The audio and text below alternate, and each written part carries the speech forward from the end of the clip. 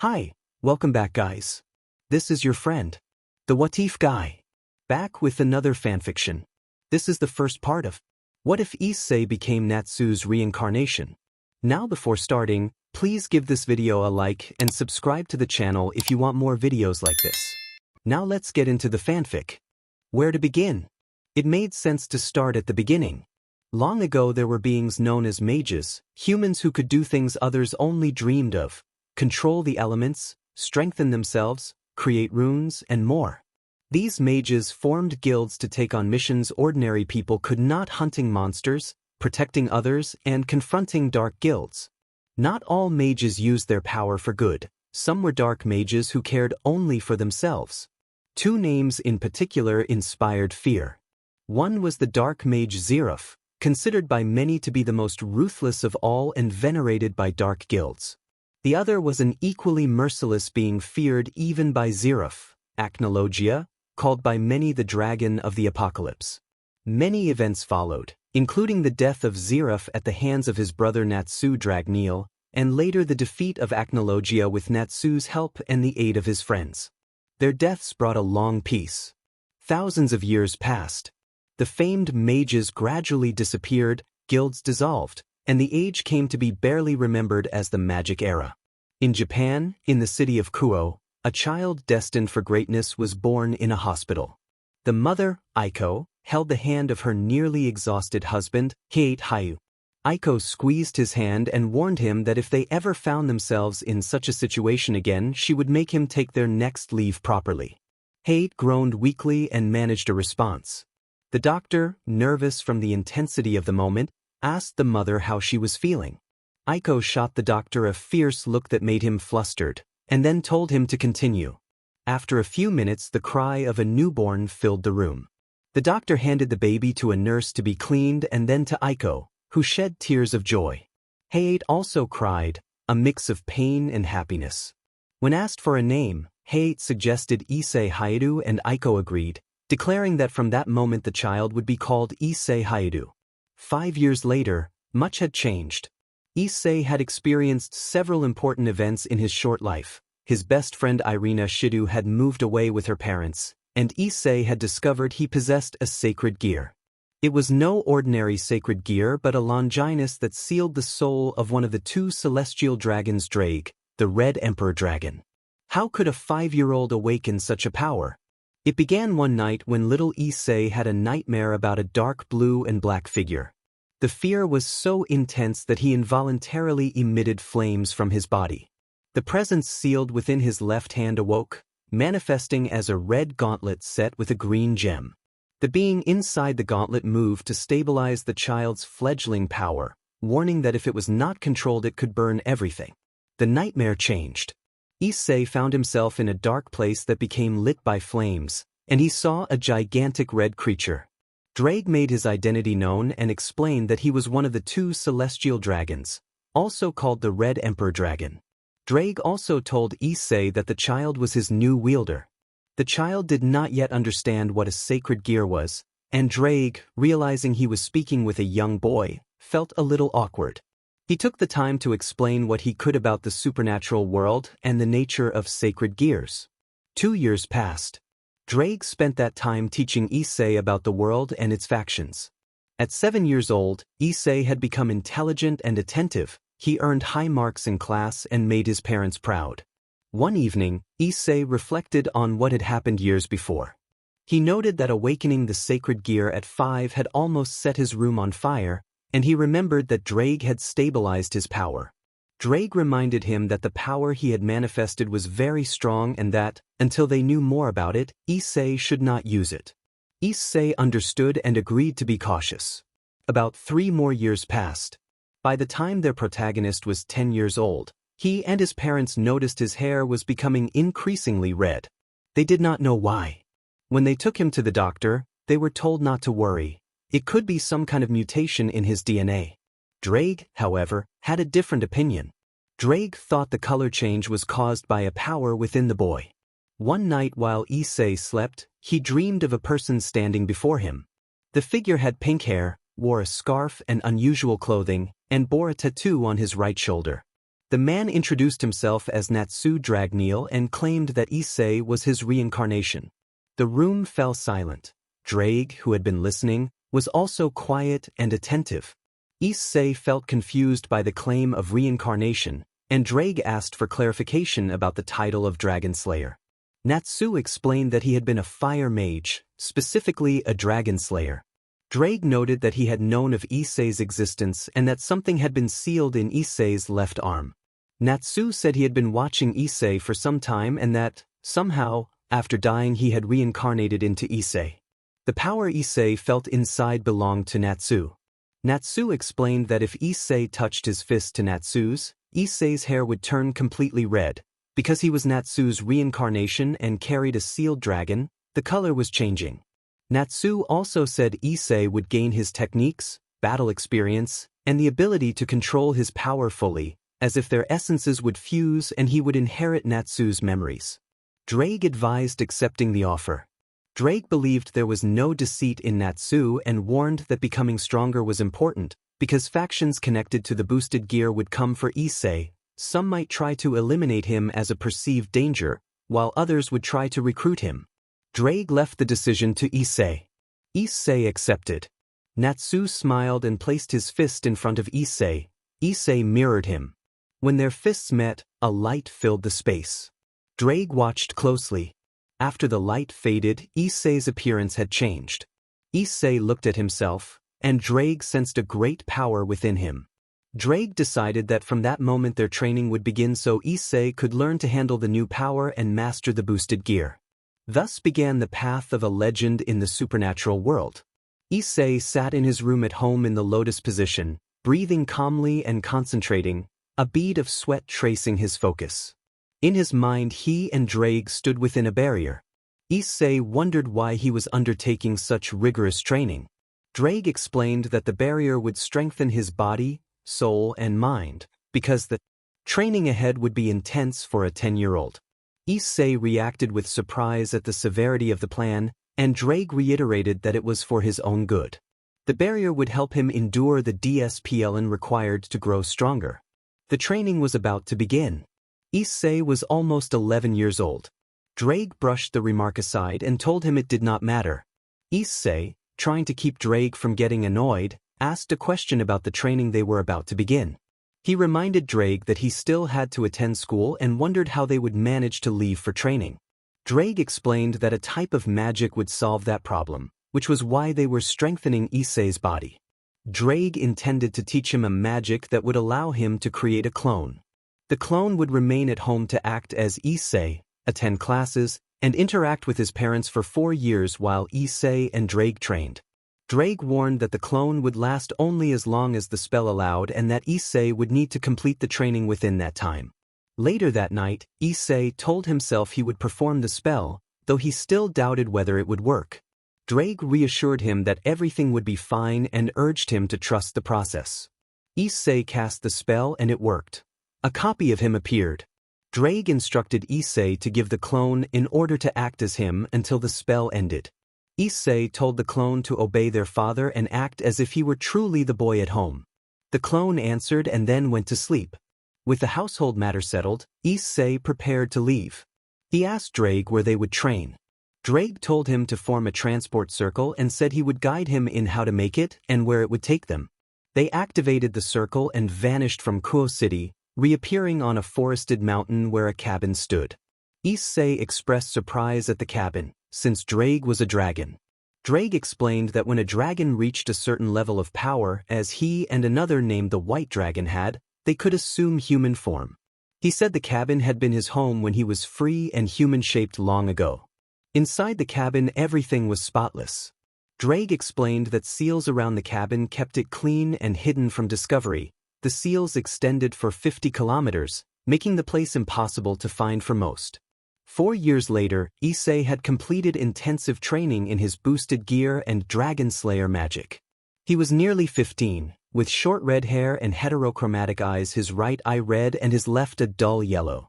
He wore a dark red scarf around his neck. Their training had been rigorous. In the first year, Drake focused on physical and spiritual conditioning and taught Issei, an ancient martial art used by a powerful clan long remembered by few, the Uzumaki. The clan had been known for extraordinary longevity and skill with the sword. Drake taught Issei the mystic palm technique, which emphasized reflexes, speed, and strength, and also instructed him in the Uzumaki sword style. Drake kept a katana in the cabin that had once belonged to Naruto Uzumaki. Drake had faced Naruto in battle and knew from experience that the sword could harm dragons. The memory of that pain remained, but their duel had led to friendship, and before Naruto died he entrusted the sword to Drake to give to a future bearer. Drake had kept it until the right person came along. In the second year, Drake taught Issei how to use magic. For an ordinary human, many of these techniques would have been impossible, but Issei carried the reincarnated memories of a mage and had used magic before. He learned to conjure fire and channel it into his fists. Combined with the mystic palm, each strike could release fire, increasing its power. Issei also learned storage magic and used it to keep the sword safe, wind magic, magic circles, and progressed significantly in the Uzumaki sealing techniques, reaching level 8 and approaching level 9 of the clan's 15 sealing levels. His fire magic grew far more potent than ordinary fire, and he also learned lightning magic along with several minor spells. After that intense year, Issei took a month of rest, spending his free time fishing and reading more about the supernatural world. In the third year, training with his boosted gear intensified. The gear amplified his abilities so much that he was able to access a balance breaker, a peak form of power. Drake admitted that Issei had become the most powerful Sekyurai in history. A new phase of training awaited them as they prepared for what would come next. On the day he faced the bearer of the white, Issei destroyed him without doubt. During the last year he honed everything he had learned, practicing without rest. One day, while refining his sword style, something drew the attention of both him and Drake. A distant section of the forest had caught fire. When they went to investigate, they were surprised to find a bird wrapped in flames. Drake identified the creature as the legendary Phoenix. The Phoenix asked who he was and why it sensed such a strong fire power in him. Issei introduced himself as Issei Haidu, the current Red Dragon Emperor, and stated that he wielded Fire Dragon Slayer magic. Drake observed that Dragon Slayers were known to bond with elemental power and noted Issei's strong affinity for fire. The Phoenix then offered a gift, the ability to regenerate, explaining that its flames could heal any wound and even restore missing limbs, though such a power would be highly sought after. Issei hesitated and consulted Drake, who urged him to accept, saying the ability would serve him well in the future. Issei agreed. The Phoenix instructed him to consume a portion of its flames, and it obliged. As Issei took in the fire, he dropped to his knees in intense pain. He endured, knowing the cost might be worth the reward. When the pain subsided, the Phoenix had vanished. Back at the cabin, while changing his shirt, Issei noticed something unexpected in the mirror. His left eye had turned a dull yellow. He asked Drake about the change, and Drake explained that the Phoenix's power had been absorbed into his left eye. Issei wondered if that eye now contained the regenerative power the Phoenix had promised. Drake cautioned that they would have to test it. Issei took up his sword and made a deep wound on his right arm that hurt intensely. He focused power through his left eye, and the wound closed cleanly without leaving a scar. With that confirmation, he continued his training for 4 more years. When the years of training had passed, it was time to return home. Issei was finally able to see his parents again after more than a decade. He hoped his clone had kept things in order during his absence. As they prepared to leave, Issei grew thoughtful, and Drake asked what was on his mind. Drake noted that Issei should be happy to return home, but Issei's pensive expression made Drake worry. Issei had a serious question for him. Issei asked Drake what he should do, and Drake, genuinely concerned by the heaviness on Issei's face, asked what the question was. Issei explained that he had spent 4 years training and had gained muscle mass. Drake fell silent, which increased Issei's concern. Drake then asked if that was the question that had made him so serious, unable to believe it. Issei confirmed it and asked why Drake's tone sounded low and whether he was ill. The sealed dragon Drake sighed, then reacted with incredulity and frustration. exclaiming that he had expected something important and was surprised the question was about that. He sighed again to calm himself. Issei asked why Drake was upset and said he worried his parents would be scared because he had become taller and more muscular. Drake explained that the magic that created Issei's clone made it identical to the original. If Issei gained weight or muscle, the clone would experience the same changes. If Issei became ill, the clone would as well. That detail had simply been forgotten at the time. Issei felt relieved by the explanation. Issei said he had sealed everything, the mark on his forearm, his sword, and the other seals he had created, and that he was ready to return home. He was determined that no one would threaten his family, whether dragons, demons, fallen angels, or gods. If necessary, he would face them. Drake expressed pride in Issei and noted that he no longer needed to teach him how to create a magic teleportation circle, since Issei had become very mature and capable during those 4 years. Issei admitted, sheepishly scratching his cheek, that he could create the circles but did not know how to use them. Drake, exasperated by his portador's mistake, explained again how to use the teleportation circle. After the explanation, Issei managed to teleport to the city of Kuoh. A teleportation circle appeared in the forest on the outskirts of Kuoh, and a red-haired boy with heterochromatic eyes, one red and one amber, emerged. He wore a dark green long-sleeve shirt, a dark red scarf, black pants, and white shoes. He began to walk until Drake warned him about approaching energy signatures. Drake told Issei to hide his aura and leave quickly because he could sense a group of demonic energies approaching. Issei deactivated his aura and, using surprising speed, vanished from the area. A few minutes later, a group of students the demons Drake had sensed arrived, having detected an overwhelming power coming from that direction. When the group reached the spot, the power had already vanished and there was nothing to find. Kiba, a young man with short blonde hair and gray eyes in the boys' school uniform, reported that there was nothing there and joked that it seemed as if the earth had swallowed it. Kaneko, a small white-haired girl with hazel eyes who wore cat-shaped hair clips and the Kuoh Academy girl's uniform, said she could not detect anything either. Rias, the club leader, observed that even Kaneko could not sense the presence and wondered what they should do next. Rias presented a calm, confident presence.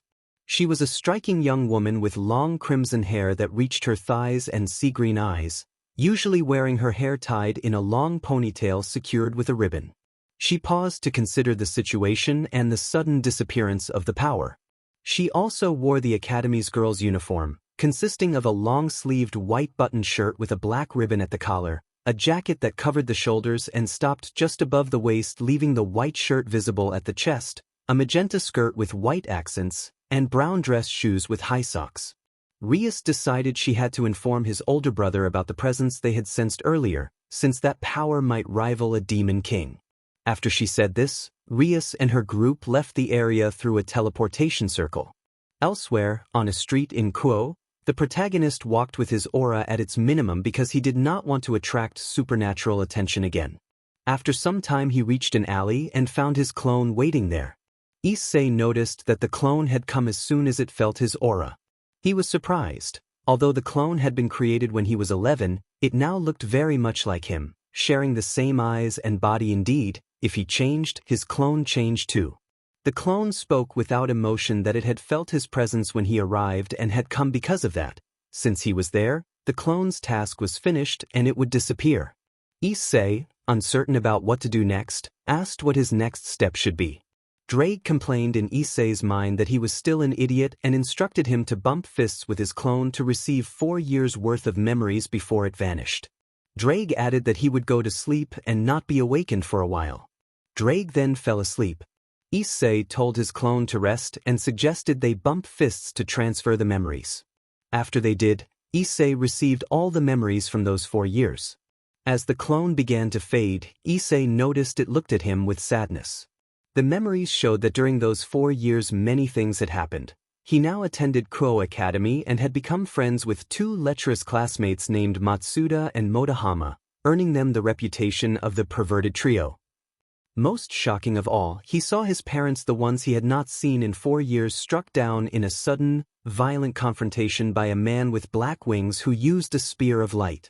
The scene revealed that his parents were mages who had known the Issei they had been protecting was a clone. When the attacker came, they used an ancient spell to protect the clone and then were killed in the ensuing clash. Issei dropped to his knees and began to weep, and his power started to spill out. Drake woke up and, sensing what was happening, reacted by transporting Issei into his inner mental space after acting a barrier. Although Drake was sealed, Issei had managed to let him act in limited ways without Issei's conscious control. Inside Drake's mind, Drake attempted to speak and asked Issei to listen. Issei, still speaking through his grief, said that his parents had been killed by the black-winged attacker and that there was nothing more to say. As Issei continued to release power, he began to crack the barrier Drake had set. Fearing that if Issei kept increasing his power the barrier would collapse and draw dangerous beings who would see him as a threat, Drake searched the memories for something that might help and showed Issei a final message from his parents. In the memory, his father and mother, aware that this Issei was a clone, expressed their love and apologized for not telling him they were mages. They urged him not to fall into rage, to resist letting hatred take hold even though he would desire vengeance, and they promised to always love him. Those last words from his father soothed Issei and helped him calm down. Drake told Issei to believe that one day the fallen angel would pay for what he had done, but for now he needed to remain calm because increasing his power would attract beings Issei did not want to encounter. Drake breathed a sigh of relief as Issei's emotions settled. Issei apologized, admitting that his emotions had almost caused him to activate the Juggernaut Drive, which could have reduced the city to ashes. He said in a low voice that what he wanted was to go see his parents' graves. Drake advised that it would be better for him to go home and rest, and to visit the graves the next day. Drake was genuinely worried about Issei. They had known each other for 4 years and had become close friends, and Drake did not want to see him in such a state.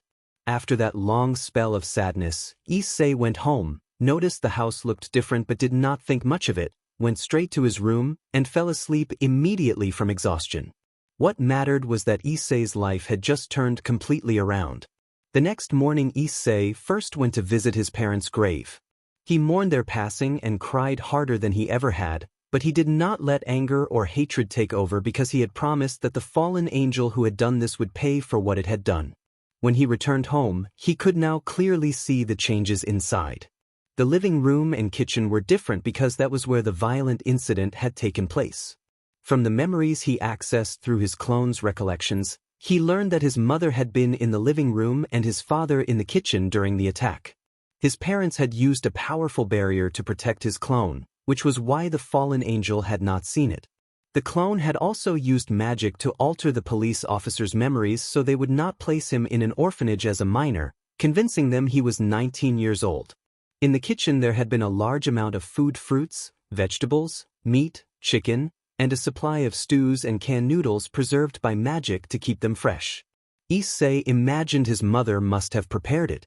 Issei made himself instant noodles, ate, washed the dishes, and then entered his mental space to tell Drake that he wanted to repeat the training to strengthen his mind. He spent the day training in that inner realm. The next morning the alarm woke Issei. He remembered he had classes and went through his routine: bathroom, brushing his teeth, showering, and dressing in his Kuoh Academy uniform. He prepared scrambled eggs, pancakes, and orange juice, finished eating, washed the dishes, and left for the academy. Halfway there he cursed himself because his clone had developed a scandalous reputation and he detested that image. On the way he felt demonic energies and, since Drake had warned him about such sensations, it was not hard for him to identify them as demonic. Thus began a day at school where Issei would discover how disliked he was by many of the academy's female students. When Issei arrived at Kuoh Academy, many of the female students looked at him with contempt and whispered among themselves. One girl told her friends that he was the one with the scandal and she could not believe he had not been expelled.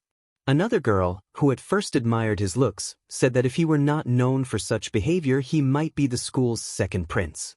A third girl expressed that it upset her that someone so handsome could have such a reputation. Issei heard their whispers and reflected on why his clone had turned out that way, but he decided that would be something to investigate later. He had already reached his classroom. Most of the women in the room continued to regard him with scorn, But Issei had trained both his body and his mind, and their comments and glances no longer affected him. He adopted an emotionless expression, walked to his seat, and ignored everyone, including his two friends Matsuda and Motohama. Seeing that Issei did not respond, his friends fell silent as well, and some students were surprised by the redhead's new demeanor. When the teacher arrived and saw that Issei was staring out the window, he was surprised. He had expected Matsuda, Motohama, and Issei to be joking and to require a reprimand as usual, but when none of them spoke or acted up, the teacher grew perplexed and began the lesson.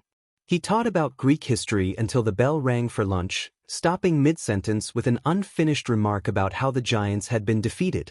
Students were relieved that the class had ended. The teacher reminded them to continue researching mythologies and, before leaving, cast a brief glance at Issei. Everyone then went about their own business. Issei took his lunch and left the hall. Matsuda and Motohama followed him. Some students assumed the two would spy on the girls' locker room, but Issei found a place where he could be alone. His two best friends soon sat on either side of him, and they ate together until the moment came to speak. Matsuda, with a serious, concerned expression, asked Issei what was wrong, noting that he had not been himself lately. Motohama agreed and said he hoped Issei had finally moved past whatever had been troubling him. Issei did not immediately understand what Matsuda meant, and Matsuda reminded him of the promise he had made to him and Motohama. Issei remembered the promise and fell silent, determined to see it through. Matsuda's eyes were serious. Matsuda reminded them of the promise they had made the previous year, and the gravity in his words was unusual for the two of them. At that moment Issei remembered memories belonging to his clone. He had once been younger, sitting under the shade of a large tree with his head bowed and staring into the distance. Even as a clone he felt deeply, and the death of his parents had been traumatic. He did not know how the original Issei would react if he ever learned. Suddenly, two hands came to rest on his shoulders. He turned and found his two best friends, Matsuda and Motohama, looking at him with concern. They could not stand to see him like that and wanted to cheer him up. Motohama's face showed genuine worry. Matsuda, in his usual mischievous style, suggested doing something to take his mind off his grief, proposing a harmless prank to lift his spirits. Issei decided that joining them might help him cope, and he resolved to accompany them while he worked through his loss. Determination showed on his face. His friends celebrated his decision. They promised to carry on their antics in his name until he felt better, and they left with a hand raised in a mock salute to show their support. Drake, moved by the display of friendship, grew sentimental and thought to himself that Issei truly had good friends. Issei breathed out and was about to stand when he suddenly felt someone watching him. When he looked up, he saw a very beautiful red-haired girl watching from a window. He wondered why anyone would be at an old house, and when he sensed her energy he realized she was a demon. He could not understand why she had been looking at him. His seal should prevent others from sensing his presence, making him seem like any ordinary human. Wanting to avoid drawing attention, he left quietly and resolved not to interact with the demons of the academy yet. The red-haired girl continued to observe him closely as he walked away. She found him peculiar because, even though she had hidden her own presence, she sensed that he had noticed her. Rias noticed her staring and Akino asked what she was looking at. Rias, instead of answering directly, asked Akino who the boy was that was leaving. Akino identified him as Hayuda Issei, a second-year student, and teased that he must have caught Rias's attention. Rias admitted that she had indeed been watching him because he had met her gaze. His presence felt that of a normal human, which made her uneasy. Something told her he was not entirely ordinary, and she decided to assign someone to keep an eye on him. Akino wondered aloud whether Rias intended to send Kaneko to watch him. Rias confirmed that she would. At that moment a small girl with white hair and hazel eyes entered the room. Kaneko greeted the club president and the senior with a neutral expression. Rias asked Kaneko to observe a boy named Hayuda Issei.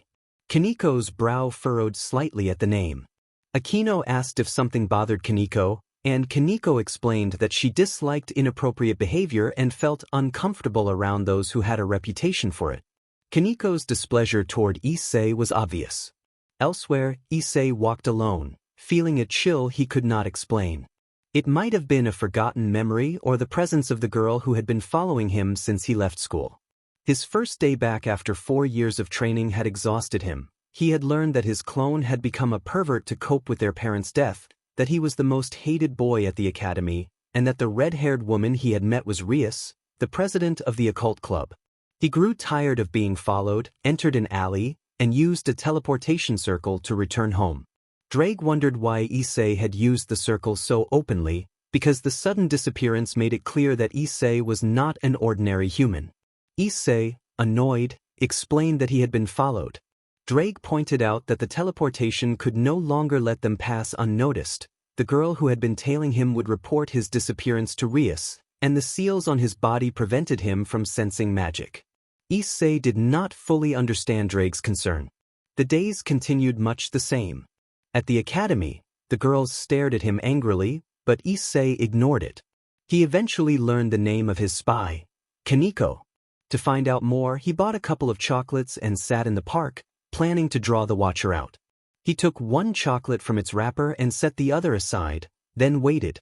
He felt someone sit beside him. The newcomer was small, and her aura revealed she was a demon. Issei told Kaneko that he wanted to know why she had been following him. Kaneko explained that she had been ordered to watch him by her mistress. When Issei named Rias Gremory and mentioned her relation to the current Lucifer, Serzex, Kaneko visibly tensed. Issei revealed that he knew much about the supernatural world, so it should not have been surprising. Kaneko wondered why she felt no power from him. Issei explained that he had seals on his body that hid his strength so he would not draw the attention of certain beings. He added that he had told her because being followed every day had worn him out. He asked Kaneko to tell her mistress that he was not interested in joining her clan. He preferred to remain human. With that, he left for home. Kaneko remained frozen for a moment, unsure how he had learned her name, then regained her composure after he had gone. At home, Issei sensed a presence inside the house, gentle and without malice, more like an angel than a threat. Drake slept nearby. Issei did not want to wake the dragon and risk its loud protest. He entered the living room and found someone sitting on the sofa. He stopped in his tracks, struck by the composed and graceful presence before him. The woman smiled softly, her voice gentle as she invited his questions. Issei, recognizing the peaceful aura, asked which angel she was. The woman introduced herself as the Seraph Gabriel and offered her greeting with a warm expression. When Issei wondered why she had come to his humble home, Gabriel explained that he had drawn her attention and that she had been watching him for that reason. He said it with a face that showed nothing wrong, simply an innocent expression. Issei told her he didn't understand why she had been watching him and added that what she was doing could be called stalking. At that point, Issei did not know what to do. First demons, now a seraph, what would come next, a fallen angel. While Issei was startled, Gabriel's cheeks flushed from being accused of stalking. Gabriel insisted that it was not stalking, speaking a little loudly with rosy cheeks. Issei crossed his arms and asked what else it could be. Gabriel explained that she would tell him everything. She remembered the day he had appeared in the Kuoh forest. She had been going about her business when she suddenly felt a tremendous power. When she checked who it belonged to, she had seen him. Then the feeling had vanished and he had disappeared, and that was when the demons had shown up. She had followed him until she saw him enter an alley. What puzzled her was seeing another version of him. After he had collided with that other self, the other had vanished, but he had dropped to his knees and a barrier appeared around him. From what she could tell, he had been releasing power. She could not sense it directly, but she could see his aura clearly. Shortly after, he rose, the barrier vanished, and he left. The next day he had gone to a cemetery, seemingly to visit someone, and the morning after that he had gone to school. That was when the demons began watching him, and she had been there because she saw they wanted to recruit him. Gabriel gave a bright smile and left nothing out. Issei did not respond immediately, his jaw hung open. Gabriel had insisted it was not stalking, but her account sounded like nothing else. Issei told her that to him it certainly sounded like stalking, rubbing his cheek as he spoke. Those words made Gabriel blush even more. She raised her arms and waved them as if to deny it, but she didn't know what to say. In a softer voice, Gabriel insisted again that it was not stalking and pouted, looking even more endearing. Issei felt like hugging her because she looked so sweet. He shook his head to dispel the odd thoughts. Gabriel went on to say that since Issei had arrived in Kuoh, he had learned that his parents had been killed by a fallen angel and that the other self had been a clone left behind 4 years earlier when Issei had gone away to train because he possessed the boosted gear. Issei no longer cared who knew he was the security. If anyone caused trouble, he would show who was in charge. Gabriel apologized for bringing up painful memories since she did not understand what Issei had been through. Issei reassured her that he bore no general hatred toward angels, only toward the one who had killed his parents, and he said that if he ever found that person he would make him nothing but ash. Changing the subject, Gabriel asked what he had spoken about with that demon. Issei answered that it had been nothing much. He had said a few things about himself but had not revealed that he was the security. He had only mentioned that he knew about the supernatural world and had told the demon to tell her mistress that he was not interested in becoming a demon. Gabriel seemed to click on a detail and pointed out that he had said he was the security, surprised that she had missed it. Issei noted that he had said it twice, and Gabriel apologized, saying she had been too focused on the demons to notice. After their talk, Gabriel said goodbye and departed in a blinding light that left Issei unable to see for a few seconds. It was Friday, so he had 2 days off, though they were not entirely free. Gabriel continued to visit during those days and they kept talking and getting to know each other better. At that moment something strange happened. Standing in front of Issei and Gabriel was a Gothic-styled girl with black hair and an expressionless face. She examined him carefully and told him that he would serve her. Issei thought about what Drake might say would happen next as he prepared to address the situation with Reincarnation at the Occult Research Club. He did not want to be watched, not even by Gabriel, who now visited on weekends and always found an excuse to come over. He had become used to her presence, but he planned to speak with Reincarnation to resolve the matter. Issei asked his friend in a questioning tone if Reincarnation might try to recruit him by force. Drake replied in Issei's mind that he hoped Reincarnation would not force him either, and warned that if she did, Issei might be drawn into conflict with his brother. Issei worried Drake was right. Although he was powerful, he lacked combat experience. For that reason he had begun hunting renegade demons and fallen angels 4 days earlier to gain practice. The efforts were paying off, and he planned to continue so those renegades would not threaten his classmates or other innocents. Issei was about to enter the Occult Research Club room when he saw someone he knew well approaching. Yudo Kiba, known around Kuoh Academy as the prince of the school, walked up to Issei. Kiba greeted him politely and offered assistance. Issei returned the greeting and said he had come to speak with Kiba's mistress, Reincarnation. Kiba stiffened at the tone, but Issei clarified that he only wanted to speak and did not intend to cause trouble. Kiba relaxed and led him toward the club room. As they walked the corridor, Issei sensed a presence behind a sealed door. He asked Drake about it, noting the seal on the room and wondering what the presence could be. Drake answered that the feeling seemed like a vampire and that the sealed room suggested it might be dangerous, which explained why it was contained. They arrived at the clubroom door. A woman's voice invited them in. Inside, Reincarnation sat at a desk and Akino Himejima stood behind her. Both were known as the Academy's senior sisters.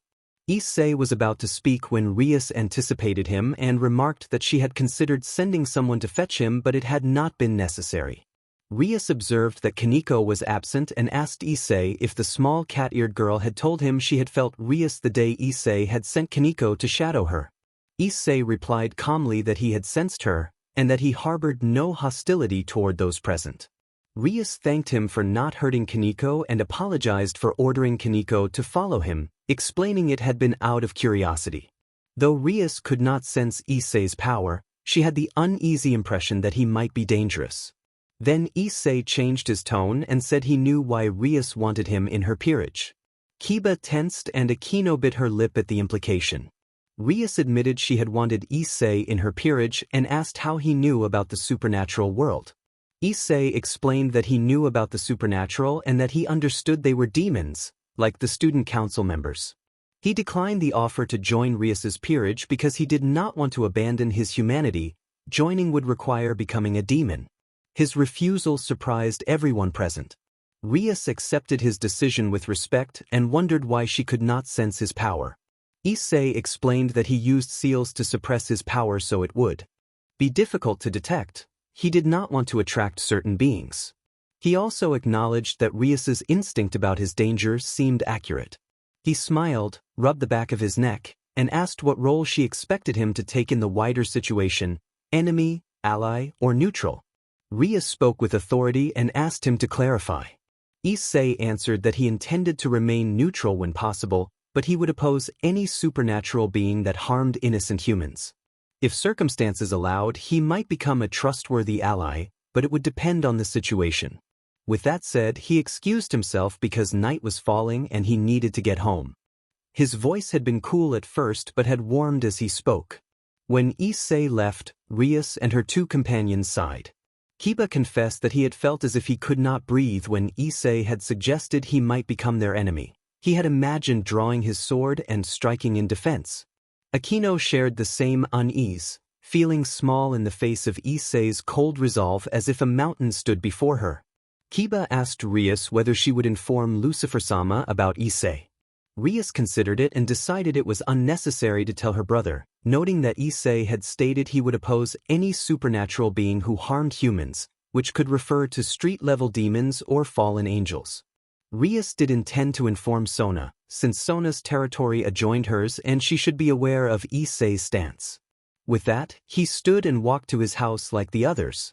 Issei told Drake that he worried he might have gone too far, because when he said those words he had used some of Drake's aura and feared others might now see him as a danger. Drake sighed and reassured him that the others should already know not to interfere with him and that what Issei had done was the best way to show it. Issei admitted he still felt he had overreacted a little, but then they arrived home. Issei noticed that Gabriel was at the house and, with a small smile, he went inside. Issei found Gabriel and saw that she had already finished breakfast, which surprised him. She had eaten quickly and then risen to wash the dishes. After she finished, Issei went to the living room and felt Gabriel's presence, but her energy seemed uncomfortable. He decided to see what was wrong. When he entered the living room, he found not only Gabriel there but also a girl dressed in gothic clothing who showed no emotion on her face. Issei realized he had placed seals on his house that should allow only Gabriel to enter, since Gabriel had permission. The girl's presence, and the fact that Gabriel seemed unsettled by her, was odd. Drake fell silent, and the room was quiet. Issei asked who the girl was and how she had entered his house. The little girl turned her head slightly in confusion. As Issei began to speak again, the gauntlet that marked him as the true Dragon King appeared on his left arm, and Drake's voice sounded, a mix of surprise and fear. Drake uttered the name Ophis, and upon hearing it Issei's eyes widened. He understood why Gabriel felt uncomfortable and why Drake was frightened. The girl was Ophis Ouroboros, the dragon goddess of infinity, the most powerful being below Great Red, the dragon god of dreams and the apocalypse. Gabriel did not know why she felt so paralyzed. When she stepped into the living room and came face to face with the dragon goddess, she could neither speak nor move. Her thoughts were focused instead on a certain red-haired boy. Issei stepped out of the kitchen and, apparently unaware of who Ophis was, asked again what she was doing there and how she had entered. When the gauntlet appeared and the name Ophis was spoken, Issei's eyes widened as if he thought he knew who she was, but he repeated the question, expecting an answer. Ophis seemed confused. She had sensed a power that could harm her. She had hoped that if she used that power against Great Red she might recover her silence, but when she arrived at the source of that power she found a seraph, not the wielder. Then a red-haired boy had appeared and asked her something. She had felt no fear toward him because she did not know who he was. When the red gauntlet had appeared and spoken her name, she had expected the boy to fear her and to hand over the power she sought, but he asked the same question again, which left her puzzled. Issei knew very well who Ophis Ouroboros was, but her presence in his house without introduction or explanation bothered him, so he asked once more. Drake's heart had nearly stopped when Issei questioned Ophis again, but he remembered he was sealed and forced himself to remain silent. He thought Issei was acting foolishly, but then he heard Ophis respond, and it caused him to lose consciousness. Ophis introduced herself as Ophis Ouroboros and stated, without visible emotion, that she wanted him. Issei, bewildered, asked why she would want him, since he could not recall doing anything to attract the attention of such a being. Ophis clarified that she did not mean him personally but the power he possessed that could injure her. Issei understood which power she meant, a power capable of harming even a dragon goddess. He felt a charge of tension in the air as both he and Gabriel considered the implications. Gabriel knew of Samuel's blood and its effects on dragons, but harming a dragon goddess was on a different level. After a short silence, Issei identified the power for her. He explained that the power she referred to was Dragon Slayer magic. When Ophis heard the name of the power, she nodded and extended both hands as if asking him to hand it over, which left Issei confused and uneasy. Issei asked what she was doing and why she would want his power. He demanded to know why he should give it to her. Ophis replied calmly that with that power she could defeat Great Red and finally recover her silence. Issei reacted with confusion at her use of the term Redbaka and tried to make sense of it. He thought that she must be referring to Great Red, the dragon god of dreams, the dragon of dragons who dwelled in the dimensional rift. Drake had woken up after fainting because his partner spoke to Ophis as if nothing were wrong, and that unsettled him. Drake wondered whether his partner feared death. If Ophis became angry, she could defeat them effortlessly, and no matter how hard Issei had trained, he would not be able to face Ophis, although Drake did not know that Issei had access to the Dragon Slayer power. Ophis told Drake that she had noticed he was awake and that he wanted to defeat Great Red and reclaim his home in the dimensional rift. Drake explained that he had once lived in the rift, and when he left for a while a red being had moved in and refused to leave. Drake admitted that the intruder was stronger than he was and that he could not remove him, but with Ophis's power he believed he could succeed and finally recover his home. Ophis observed that Drake was unusually expressive and wondered why he had confided in a human. Ophis then refused to give her power, stating that it could not be handed over so casually. Time passed, and Issei reflected on how they had reached this point while watching Ophis sitting on his couch watching old episodes of Dragon Ball Z. After Issei had refused to give her power, Drake and Gabriel had expected Ophis to react violently, but she simply sat down and informed Issei that she would not leave unless he gave her the power. A week went by with Ophis staying at Issei's house. Issei did not mind, but he had to set boundaries because Ophis followed him everywhere, sometimes invading his privacy and making him uncomfortable. He established rules for her behavior. To everyone's surprise, Ophis accepted and followed those rules, which relieved Issei and left Drake and Gabriel astonished. After that, Issei returned to his usual routine, only now with a tenant in his home. Gabriel continued to visit on weekends as he always had. Elsewhere in Kuoh, in an abandoned warehouse, Kuoh, a fallen angel and one of the Grigori leaders who had fought in the War of the Three Factions, gave orders to his subordinate. Kuoh instructed Reincarnation to watch a boy who might possess a sacred gear and to eliminate the threat if necessary, since such a boy could jeopardize the fallen angel's plans to spark a larger conflict. Reincarnation accepted the mission and, after investigating, confirmed that the target was Hayadu Issei. Issei could feel that this was the place where people had been disappearing. The presence felt like a renegade demon, but stronger than the others he had faced. The strength of that presence made his blood burn with excitement. Issei was glad to finally find someone he might test more of his power against, and without hesitation he entered the forest. Drake cautioned him telepathically that he might be getting carried away. The voice reminded Issei that many of his previous opponents had been weak and that this could be the same. Issei paused for a moment, acknowledged the warning, and then continued deeper into the trees. As he moved farther into the woods, an aura of death thickened and a foul odor came closer. Although it was night and the darkness surrounded him, Issei could see clearly. The creature watching him in the shadows had a distorted face covered in many hands, eyes, mouths, and ears, and it moved like a giant centipede. It gave off an unpleasant secretion and a stench that forced Issei to use his phoenix magic to shield his nose. Issei found the sight revolting but also intriguing. He muttered that he had thought other demons were ugly, but this one outdid them all.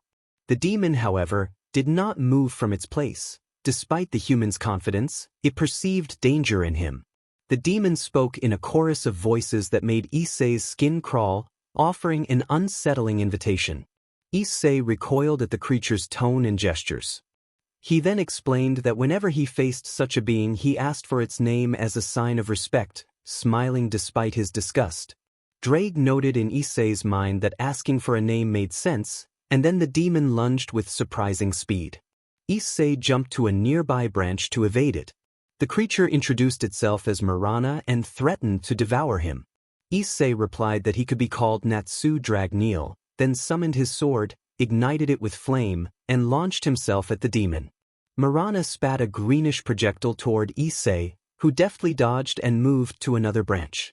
Drake observed that the renegade was not only fast but also cunning, having waited for Issei to approach before using that attack.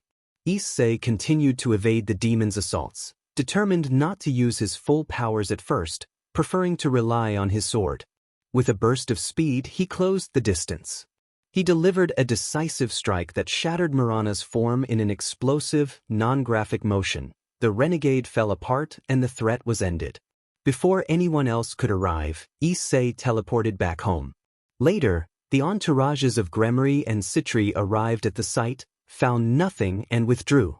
When Issei returned to his living room, Ophis was as usual on the couch watching Dragon Ball on television. Issei asked if he could sit with her to watch. Ophis gave a small nod, and Issei sat beside her. They watched the Namek saga together until Issei eventually went to sleep, leaving Ophis on the couch. He had once given Ophis her own room, but she had not moved from the couch. The next morning, a Tuesday, Issei went through his usual routine: warm-up, grooming, and preparing food. Before leaving, he placed a chocolate cookie for Ophis, who ate it with a small smile. At Kuoh Academy, after leaving behind his reputation for perversion, the female students had begun calling him the Academy's second prince, much to his confusion. During recess he visited the occult club even though he was not a member. He got along well with the members. When Issei settled into a chair, Kaneko moved to sit beside him in a friendly, familiar way. While walking later, Issei sensed the presence of a fallen angel nearby. On a bridge he encountered the girl he had felt. She stopped him and surprised him by inviting him to go out. He accepted the invitation, curious to learn more about her intentions. Afterward, the angel considered that she had completed her first step. Those were the words spoken by the fallen angel as she withdrew. Issei, who was a little farther ahead and had keener senses, heard her and simply smiled. The sealed dragon Drake warned in a serious tone that it seemed the fallen angels were planning something. Issei agreed, explaining that it probably was not Azazel. From their meeting, Azazel had not seemed the sort to cause trouble, preferring research into the sacred gears and aware of Issei's power. Issei suspected another member of Grigori might be behind the events, and he admitted that if it were so, he would take the chance to kill them. As he spoke, his voice shifted from calm to cold resolve. Time passed and the day of the date arrived on a Saturday afternoon. Gabriel arrived as usual and asked Issei where he was going. Issei replied that he was going to a date, and Gabriel showed visible irritation, though she herself did not understand why. He left for the meeting place. Later, in Issei's living room, Gabriel and Ophis were watching television. Gabriel was the Seraph Gabriel, the most beautiful and powerful woman of heaven. Ophis, the infinity dragon goddess Ouroboros, had remained mostly silent since staying at Issei's house, and Gabriel was surprised when Ophis finally spoke. Ophis said it was strange to see Gabriel upset and asked about it. Gabriel admitted she did not know why she felt that way, only that hearing about Issei's date had disturbed her. Ophis reflected that feelings were confusing and noted that Issei had seemed reserved at first but proved to be kind and protective, qualities Gabriel liked. They both fell quiet and turned their attention to a movie on television, Doraemon, the Time Train. Night fell, and they continued watching until the door opened and Issei returned, looking calm. Gabriel asked Issei with a mixture of disinterest and anger how the date had gone. Drake laughed to himself, sensing Gabriel's hidden affection for Issei that she had not yet realized. Issei answered that the date had not been particularly interesting and that the girl had tried to kill him, but he had still enjoyed it. Gabriel got up and began to inspect the slightly bewildered Issei from head to toe. Ophis imitated her out of curiosity. When they finished, Gabriel asked with concern how an angel could have wanted to kill him. Issei began to explain. Issei had gone to the meeting place not knowing why Gabriel had been upset, but he left that for later. He arrived to find his date, Yuma, who seemed flustered and asked if she was late. He reassured her that he had also just arrived. They spent the date happily, enjoying games and food stalls. Yuma, whose true name was Reincarnation, seemed to have a good time, but she had not forgiven Issei. She viewed humans as a threat. After the festival events, they walked toward a fountain where there was no one else around. Reincarnation leaned close to Issei and spoke in a voice that combined sweetness with darkness, saying that he would die for her. She then stepped closer to the fountain and declared that she had enjoyed the date but that Issei possessed something he should not, because his existence was a threat. Before she could continue, Issei appeared before her with inhuman speed. He had known from the start that she was a fallen angel and had been playing along. With a sudden, fierce strike of crimson energy from his hand, the moment turned into a swift, decisive blow in an almost surreal, anime-like flash. Reincarnation fell and vanished, leaving behind a single black feather. Those were the last things she felt as she faded away. From the darkness, Issei told Rias that she could come out now. Rias Gremory stepped into view, her expression annoyed at the presence of a fallen angel nearby. Issei pointed out that his suspicion had been correct. Fallen angels were indeed wandering around Kuoh. Rias thanked him for informing her and acknowledged her frustration that some fallen angels were in her territory, but she was also pleased that Issei trusted them enough to report it. They both warned that a cadre might already be in Kuoh and agreed to remain alert. After exchanging those words, Issei and Rias each returned to their respective homes. And so it happened. After Issei had told Gabriel and Ophis about the fallen angel, he noticed Gabriel's worried expression and saw Ophis mirror that same concern. Issei smiled, placed his hand gently over their heads, and stroked their hair. The gesture made Gabriel flush and left Ophis quietly pleased. By Sunday morning, Issei woke with a strange weight on each side. When he opened his eyes, he saw Gabriel to his right and Ophis to his left. He remembered that after talking with them he had gone to his room and fallen asleep. Now he found both of them beside him, which surprised him. Issei asked Drake what had happened after he went to sleep, still confused. Drake explained with a playful tone that after Issei fell asleep, the angel had entered the room, looked at him for a moment, and lain down at his right side. Not long after, Ophis had come in and lain down at his left. Drake finished his explanation and Issei looked more closely at the two, feeling embarrassed by the unexpected situation. Later that morning in the living room, Gabriel sat disturbed and embarrassed while Ophis looked confused. It was Monday and Issei was making breakfast. When he called them, both stood and took their seats at the table, and an awkward silence settled until Gabriel tried to speak. Issei raised his hand to pause her, saying he would deal with it later because he needed to get to school. After breakfast, Issei left for Kuoh Academy and Gabriel and Ophis remained in the living room. Ophis admitted she still did not understand what had happened. Gabriel asked what she meant, and Ophis asked why Gabriel's face remained flushed and why she had behaved the way she did around Issei. Gabriel, equally baffled, admitted she could not explain her own actions. She said they had simply ended up sleeping beside him in a way she could not justify, and that it felt wrong. The thought overwhelmed Gabriel, and she erupted, apologizing for shouting and panicking about how she would face Issei again. She ran about the living room with her hands on her head, repeatedly insisting it was not normal. Ophis watched, lifted her shoulders in bemusement, and playfully mimicked Gabriel by running and exclaiming the same thing, creating a situation that would have left any observer speechless. Meanwhile, as Issei made his way toward the academy, he replayed that morning in his head. He was startled when someone suddenly stumbled into him. He helped the young woman to her feet and picked up the scattered items from her bag.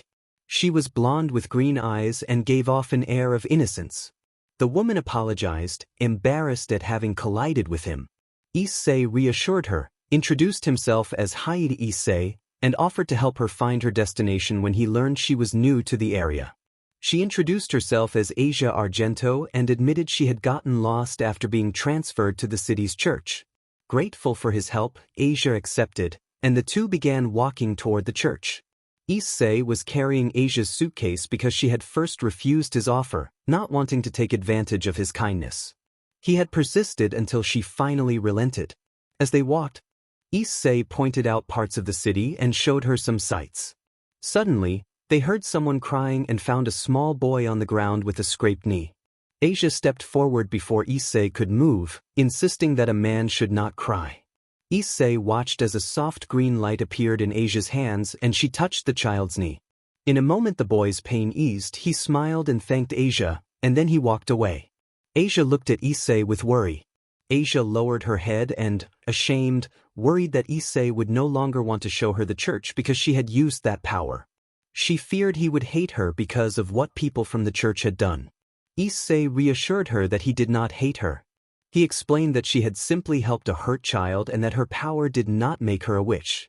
He added that the ability she had shown resembled a sacred gear, and that a healing ability was nothing to be ashamed of. Small tears appeared in Asia's eyes. She nodded and they continued toward the church together. As they neared the abandoned church, Issei's thoughts grew heavy. He remembered that Kuoh was territory where demons and fallen angels operated. He recalled hearing about a ritual that could remove a sacred gear. That ritual had been intended for one person, but because that person had been taken out, another fallen angel would likely attempt it instead. If the fallen angels obtained Asia's sacred gear, it could become useful to them in an effort to start a new conflict. Issei was lost in these thoughts until Asia called his name sharply to get his attention. Asia apologized for shouting, embarrassed that she had had to raise her voice. Issei asked her if she was with the fallen angels. Asia could not find the words. Shame made her look away. Issei guessed correctly that she had nowhere else to go and that the fallen angels had told her she could stay in the church. He then spoke with calm resolve and offered for her to stay at his home. He added that she might meet someone there who would surprise her. Asia looked up in surprise and asked if she could truly be allowed to stay, worried she would be a burden. Issei gently lifted her chin and told her she would not be a burden at all. They left the church together. From a distance, Issei glanced back and realized there were presences inside the building he had not sensed before. A barrier had hidden them until now, and he had to concentrate to pick up their presence. He felt the presence of some humans and 3 fallen angels. Issei communicated quietly with Drake, the spirit in his arm. Drake had been asleep until Issei sent an image to wake him. Drake woke and demanded to see Issei's memories for his opinion. After seeing what had happened, Drake noted that the group could have used Asia's sacred gear to their advantage, but that Issei's intervention had prevented that. Drake then advised that they should take action to ensure the church could not be used for more schemes. Issei considered the plan. When they arrived at Issei's home, Asia still looked uneasy, but Issei's words had calmed her and they went inside. The living room was a chaotic mess. In the center of the disorder stood Ophis, clearly upset, and a tall man with dark red hair wearing clothes that looked like a biker's outfit. Issei was stunned by the scene. The two of them looked toward Issei, one with relief at his arrival, the other with curious interest. As Issei approached, he gave a sharp, Diespelin-like tap to each of them on the head, causing them to stumble and then kneel. Issei stood over them with a serious expression and demanded to know 3 things. First, what had happened here. Second, who the tall man was. And third, why he was here. The man on his knees began to introduce himself, then realized he was kneeling and seemed embarrassed. He identified himself as Great Red, the dragon god of dreams, the dragon of dragons, and the true Crimson Emperor, though his posture and the chaotic scene made the proclamation awkward. Ophis could not finish her sentence because Issei had lightly tapped her on the head. Ophis found it amusing, but a look from Issei made her lower her head. Great Red had arrived through the dimensional rift to meet Issei, but Issei had not been there. Great Red explained that, finding Issei absent, he had encountered Ophis, who had begun throwing everything she could at him upon seeing him. Great Red confirmed this with a nod, while Ophis kept her head bowed. Great Red told Issei that he had come from the dimensional rift to meet the reincarnation of Natsu Dragneel, the only human who had earned his respect because Natsu had once wounded him and given him a remarkable battle during the magical era. Issei admitted he had not known that. He explained that some of Natsu's memories were still blocked, and even with Drake's help he had not been able to open them, and hearing that Natsu had hurt Great Red made him realize how powerful Dragon Slayer magic could be. Great Red then admitted he had been curious why Ophis had not gone to the dimensional rift to try to fetch him, and he glanced at Ophis, who remained silent and ashamed. Issei lifted Ophis's chin gently and looked at her with a calm expression. Ophis's cheeks flushed, and Great Red, though expressionless on the surface, felt quietly happy inside that his sister might be finding someone who cared for her. He had been saddened when Ophis had changed after their father merged with the universe, and he hoped that Issei might help restore her former joy and perhaps one day remember him. Great Red told Issei that he still had a way to go before he could give Great Red a proper fight and that he should become even stronger. He declared that when that day came they would fight. Issei smiled, extended his fist toward Great Red, and Great Red returned the gesture. They bumped fists. Great Red spoke of the promise with understanding and then departed, disappearing as if he had never been there. After Great Red left, Ophis explained that she had thrown things because she did not want to use a power that could have destroyed the house, and she apologized. Issei reassured her and thanked her for not destroying his home, then introduced her to Asia. Issei told Asia that Ophis would be staying at his house. Asia, who knew little about the supernatural but understood that Ophis and Great Red were beings above ordinary existence, was astonished to learn they were here and even more surprised that Issei had stood up to them. Issei showed Asia his room and arrangements were made for the night so. Everyone had a place to sleep. Asia blushed at the situation, and Issei tapped her on the forehead in a friendly, exasperated way. That night, after dinner, Asia had already gone to sleep. Issei watched television with Ophis for a while, then stood and walked toward the door. Ophis informed him that the fallen angels at the church would need to be dealt with. Issei was surprised and asked how she knew. Ophis answered that they had stopped bothering to hide their presence. It was as if they were no longer concerned about keeping things secret. Ophis finished speaking, leaving Issei thoughtful. As Issei left his home and began walking toward the church, he remembered that Drake had not said anything and slipped into Drake's mental space. He found Drake collapsed and unresponsive. After waking Drake scolded Issei harshly for being reckless. Issei had dared to strike at two of the most powerful beings. When he saw that the figure before Ophis was Great Red, he had been frightened. He also watched his companion walk toward them and deliver a heavy blow that rendered the companion unconscious in action that had been dangerously reckless. Issei finally reached the church and moved through it like a shadow, unseen. He sensed a hidden room, quietly incapacitated the guards, and opened a concealed door. Inside, a large cross dominated the front of the chamber, and he suspected it might be used in a ritual to remove sacred gear. 4 fallen angels were gathered and speaking. When they uttered a certain name, Issei smiled. Moving with lightning speed, his katana wreathed in flame, he struck with precise, anime-style force, quickly neutralizing the hostile figures before they could react. The last impression left on them was a red-haired youth with a fiery katana and eyes glowing red and yellow. After neutralizing everyone inside, Issei prepared a fireball the size of a basketball and launched it at the church. The blaze consumed the building until only ashes remained. The scene was later assumed to be caused by squatters, and the authorities treated the destruction as an accidental arson. The next day, Issei walked to Kuoh Academy accompanied by Asia. The night before, after the church incident, he had called Rias and asked for help enrolling Asia at Kuoh. Rias had said she would inform Sona and then told them Asia needed to appear the next day. Asia felt nervous, but Issei's hand on her shoulder and a reassuring smile calmed her. When they arrived, Issei accompanied Asia to the principal's office, said goodbye, and headed to his classroom. Later, a knock came at the classroom door. The teacher opened it to find a girl in the academy uniform, and the teacher asked the class to welcome their new classmate. Asia introduced herself as Asia Argento from Italy and mentioned she was staying at Issei's house, speaking quickly from nerves. The boys reacted with excitement and the girls found her gently endearing. Issei paid them little attention and watched.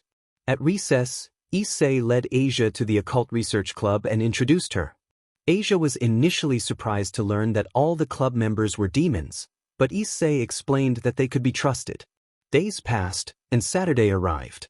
When Issei stirred that morning, he felt weight on him. He opened his eyes to find Ophis lying to his right. He moved her aside carefully, got up, washed his face, showered, changed, and went downstairs. In the living room he found Gabriel crying and holding Asia, who was also in tears. Issei was confused. He had intended to introduce Gabriel to Asia, but this scene had caught him off guard.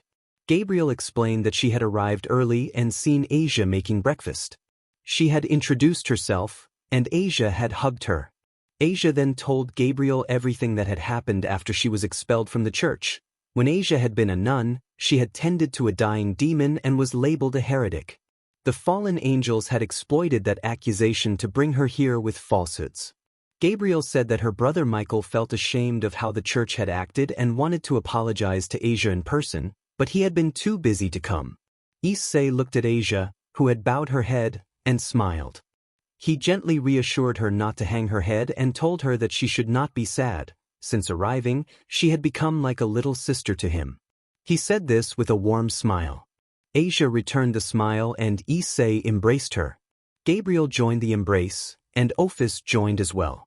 1 year before returning to Kuoh, a red-haired young man walked calmly along a lakeshore. He had recently taken care of a renegade demon that had been hiding in an abandoned cabin in the forest. Drake had told him that, as part of his training, he needed combat experience, and hunting renegade demons was the best way to gain it. Issei had faced the creature in a quick, stylized confrontation and defeated it without injury to himself.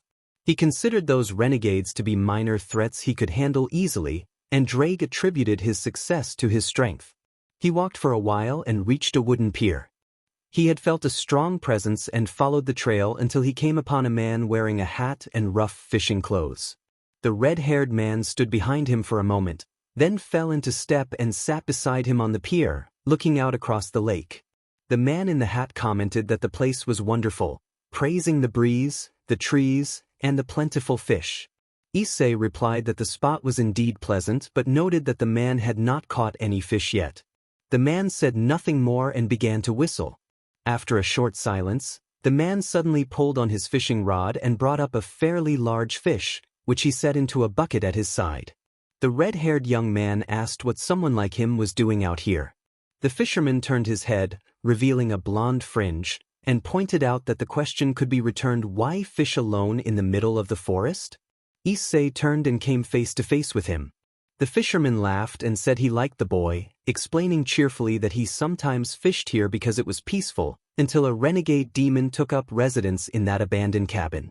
He said he had heard that Issei had defeated it recently. Issei smiled and told the man that, given his power, he could have handled it too, and that he doubted the man had been the one to request the demon's extermination. The fisherman admitted that he had sent the request and introduced himself as Azazel. He watched Issei to see how he would react. Issei recognized the name and asked if he was the Azazel who led the fallen angels. Azazel confirmed this with a cheerful tone. He explained that he had requested the extermination not because he could not handle the demon, but because he had heard of someone who hunted renegades for money and wanted to find out who it was. He expressed surprise that the hunter turned out to be someone so young. Issei gave his age, saying he had turned 14 2 months earlier. He then asked why the leader of the fallen angels would take an interest in someone who killed renegades, since there were many who did the same work. Azazel laughed and said it was simple. Issei's record was perfect, and he had defeated demons that could have given problems to high-class demons. That kind of success would attract attention. As he spoke, Azazel reeled in his line and began to gather his things. Issei remarked that the whole story could not be the whole truth, and suggested that Azazel must know he was the Security, since the whole request had seemed like a stage test.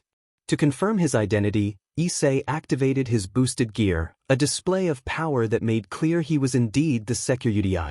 Azazel acknowledged that he had already suspected Issei's identity from his research.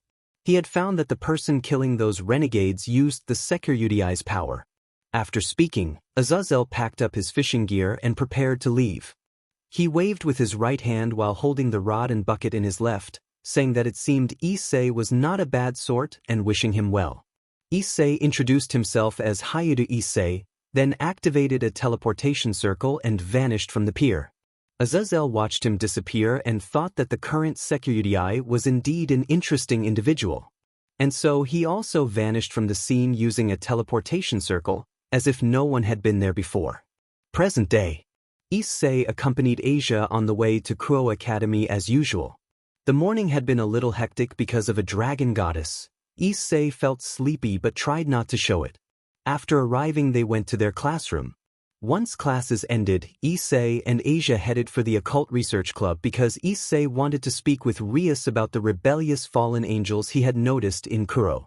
He had already contacted Azazel, who explained that a Grigori cadre led by Kokobile was behind the incidents. Azazel could not intervene directly in Kuoh because his hands were tied.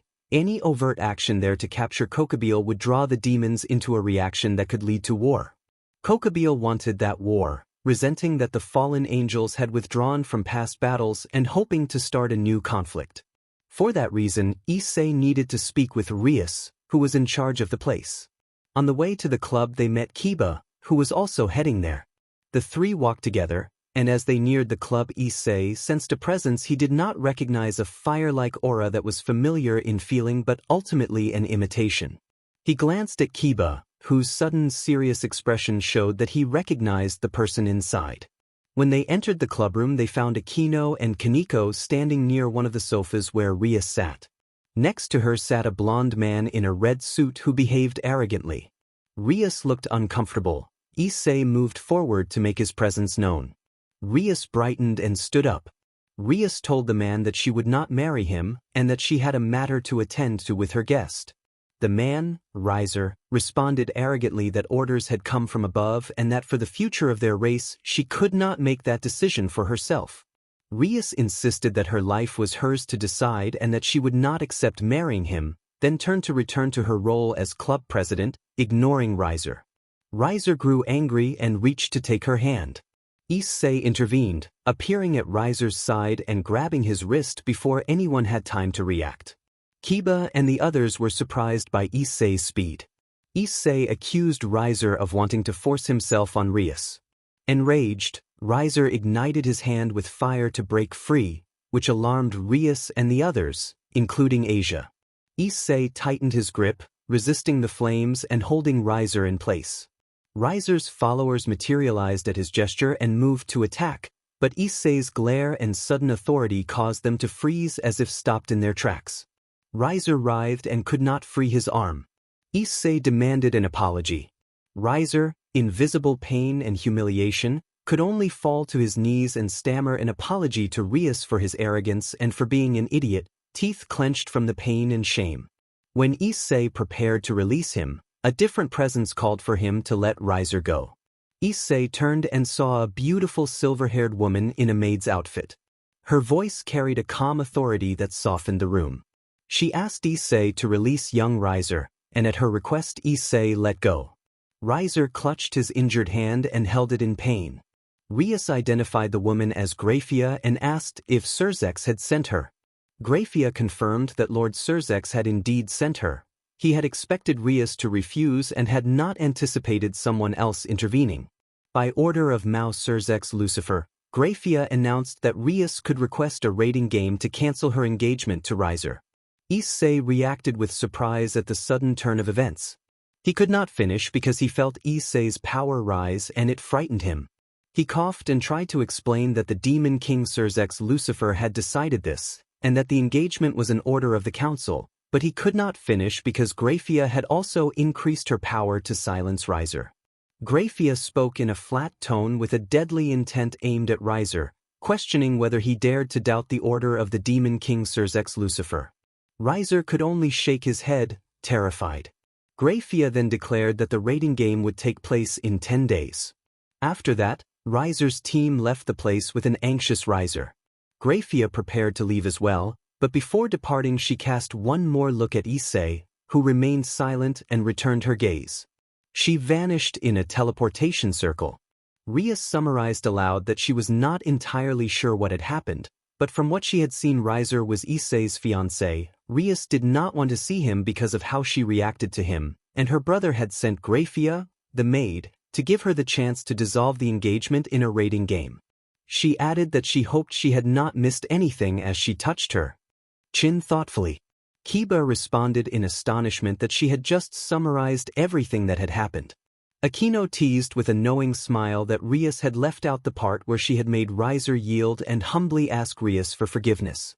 Asia, still processing the events, said that Akino-senpai was frightening. Kaneko sat on the sofa and began eating her sweets after Graphia left. Issei then explained that a raiding game was a battle similar to chess, where servants fought like pieces on a board. These games were popular in the underworld. He pointed out, with a concerned tone, that Riser had all of his pieces while they did not, and if they participated as they were they would surely lose. He added that Graphia had given 10 days to prepare, not in social standing but in power. Kiba asked what Issei was trying to imply. Issei struck his fist against his palm and declared that he had decided what to do.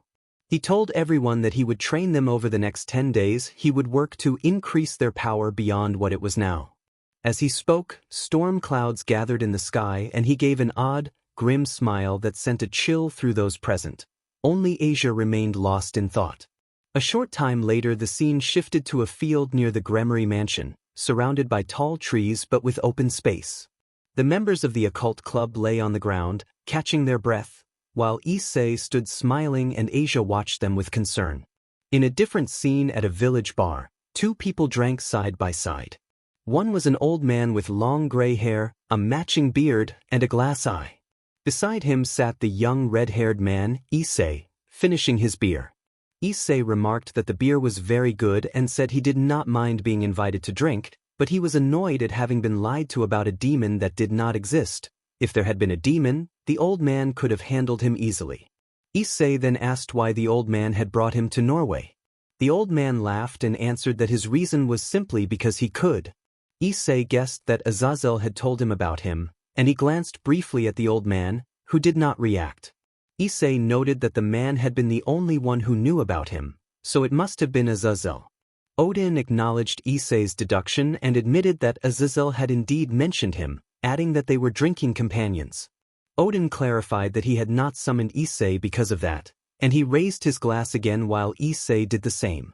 Odin explained that Azazel had described the current security as interesting but mysterious, and he wondered why Issei did not hide his dragon aura, since that could attract other beings. He finished his drink and looked Issei squarely in the eyes. Issei reflected that at first he had wanted to stay away from anything supernatural, but he had changed his mind. If the supernatural world discovered him and came to bother him, he would send them away. As he spoke, his eyes took on a dragon-like appearance. Odin asked if Issei was not afraid of the consequences. Issei replied that the world should be afraid of what he could bring to it. With that he headed for the door, paused to say they would meet again, and left the bar for Kuoh. Once outside, a pair of dragon wings appeared on his back and he took to the sky, unseen by others. Odin remained alone in the bar for a moment, then used a magic circle to depart. He agreed with Azazel's assessment that Issei was indeed an intriguing youth, and then he vanished. Back in Kuoh, at Issei's house, Issei arrived through a magic circle and looked around to see if anyone was there. Ophis was on the couch watching television. A Ranma 1-2 episode was playing where water triggers a transformation. Ophis, amused, made a bucket of water appear and Issei began to sweat in anticipation. Ophis tossed the water on Issei, leaving him soaked and surprised. The next morning, Issei woke, noticed someone nearby, and quietly got up to prepare for Kuoh Academy. Later, while setting plates for breakfast, Issei watched Asia come down the stairs.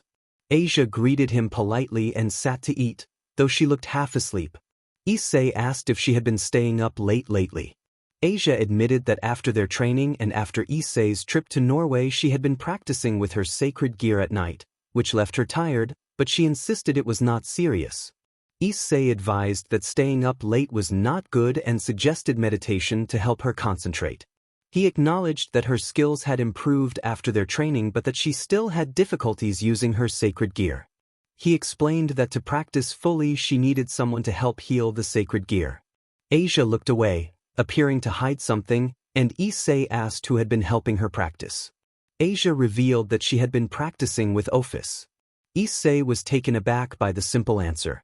As Issei considered the matter, Office reappeared dressed in a gothic outfit, sat at the table, and began eating, ignoring both of them.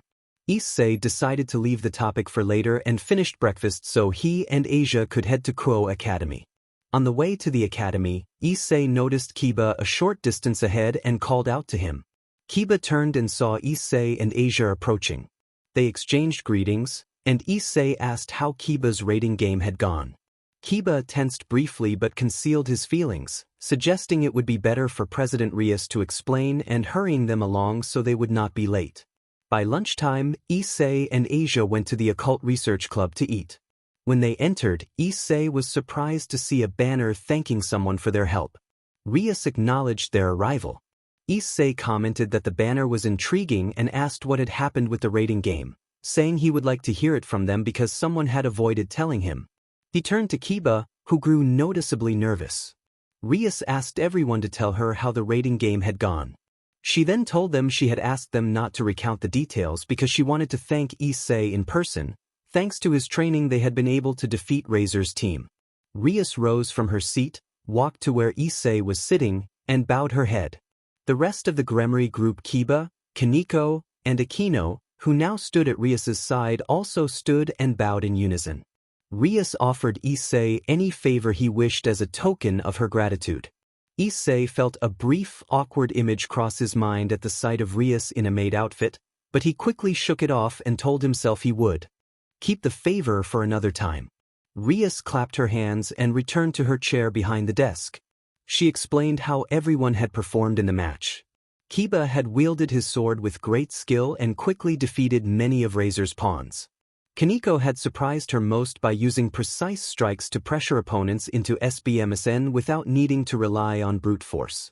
Akino had faced Razor's queen. Although the duel had been evenly matched at first, Akino's lightning techniques had ultimately immobilized and defeated her rival. Then Rias described her own fight against Razor, which was what Issei most wanted to hear. She admitted that at first she had doubted whether she could win, but remembering Issei's training she had manifested a scythe imbued with destructive energy and used the fighting style he had taught her.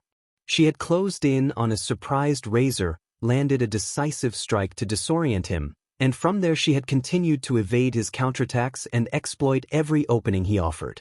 Even though Razor recovered from some of her blows, she had managed to intercept a powerful fire attack and turn the tide, pressing the advantage until Razor finally yielded. Issei expressed sincere surprise at their victory, confessing that he had not expected them to win. Kiba asked why he had been so doubtful.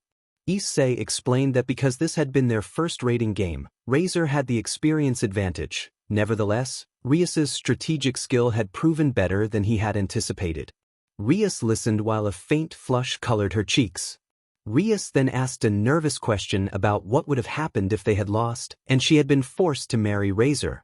Issei answered that because he had trained them, he felt responsible for their victory. If they had lost, he would have gone to the underworld to challenge Razor directly to prevent such an outcome. Since Razor hated him, Issei believed he would be able to defeat him. Rias's face grew even redder at the earnestness of his reply. Akino teased Rias gently, suggesting she had liked Issei's answer, and Rias tried to hide her face to avoid drawing attention. Issei heard the exchange and blushed, but he quickly composed himself. Soon it was time to leave. Issei and Asia said their goodbyes and departed from the club. Later, in a more private exchange, Azazel informed Issei that Kokobile was plotting something in Kuoh that might involve the heirs of the Gremory and Citri houses. Azazel admitted he could not intervene directly without it being seen as a declaration of war. Issei's expression darkened as he listened. He made it clear that if he ever encountered Kokobile, he would not simply stop him. He would not let the man who had killed his parents go unpunished. For a moment Issei's eyes took on an intense, almost draconic light. Azazel sighed, torn between the grim truth and the need to keep Issei as an ally rather than push him toward his own vendetta. He conceded that Kokobile had brought some of this upon himself and allowed Issei to act as he saw fit, though the burden of the decision weighed on him. A little while later, two church envoys, Irina Shidu and Zenobia Quarta, came to a residential door in Kuoh. Irina, hooded, pressed the doorbell. A few seconds later the door opened to reveal a girl dressed in black. Irina asked if the Hyudu family lived there. The girl, Ophis, replied in a casual tone that they might be in the right place, then re-entered the house. A young man with reddish hair and mismatched eyes stepped out and questioned who was at the door. Ophis told him they were looking for the Hyudu household. The young man identified himself. His family name was Hyudu, and his given name was Issei. Issei's name rang out through the house as Ophis called him in an animated voice. After a few moments, Issei welcomed Irina and Zenobia inside. The two envoys took a seat on the sofa, surprised that Issei recognized they were from the church. Issei explained that the holy power emanating from their swords and the presence they carried made their affiliation obvious to anyone familiar with the supernatural. Ophis paid little attention and continued watching the television, while Issei and the envoys prepared to discuss the matters that had brought them to Kuoh. Irina asked Issei about the small figure who had opened the door earlier, and Issei glanced sideways at Ophis, who was absorbed in her program and ignoring the conversation. Ophis remarked that she would be surprised if they were unaware of the supernatural world and insisted that she was not a demon as she observed their worried faces. Irina breathed a sigh of relief that her childhood friend had not become something dark. Irina then remembered and asked Issei how his parents were, since she did not see them around and wondered if they were traveling. Issei's expression shifted, and Ophis shot him a quick look. Issei managed to hide his true feelings and answered. Issei stated simply that his parents were dead, and those words left both Irina and Zenobia stunned. Zenobia immediately expressed her condolences, but Issei cut her off, asking her not to worry because the loss had happened a long time ago and it no longer weighed on him. After he said that, a saddened Irina stepped forward and hugged him. Issei was surprised by the gesture but accepted the embrace in silence. Zenobia had nothing more to add, and Ophis only offered a small smile before returning her attention to the program. Zenobia then told Issei that it had been nice to see him again but reminded him that they had work to do. She asked who the little girl at the door had been, looking toward Issei who appeared uncomfortable. Issei briefly thought that he had only just remembered Ophis, even though she had been there the whole time. He explained that the girl was the daughter of a neighbor and that he watched her while her mother worked, inwardly noting that if he revealed the girl was Ophis, they might not know how to take it. Irina and Zenobia accepted his explanation without pressing further. Irina began to leave, wishing him well and telling him to take care. Zenobia bowed her head in thanks for the hospitality. The two church envoys departed, leaving Issei alone with his thoughts and wondering why two Excalibur sword wielders were now in Kuoh. He decided he would have to ask Gabriel about it. Issei pulled at Gabriel's cheeks and asked why there were two church envoys in Kuoh. Gabriel had tears in her eyes from the pinch. Gabriel answered that she did not know and was even more surprised than he was. When Issei released her, Gabriel rubbed her cheeks and looked at him with a pout. Issei observed that the pout made her look more endearing than angry, and Gabriel leapt at him. They tumbled to the floor, and Gabriel began tugging at Issei's cheeks while Issei struggled to react. Someone's voice interrupted them, and both froze. Gabriel suddenly realized how she had been positioned and blushed furiously, steam seeming to puff from her ears. After composing herself, she sat apart and the atmosphere calmed.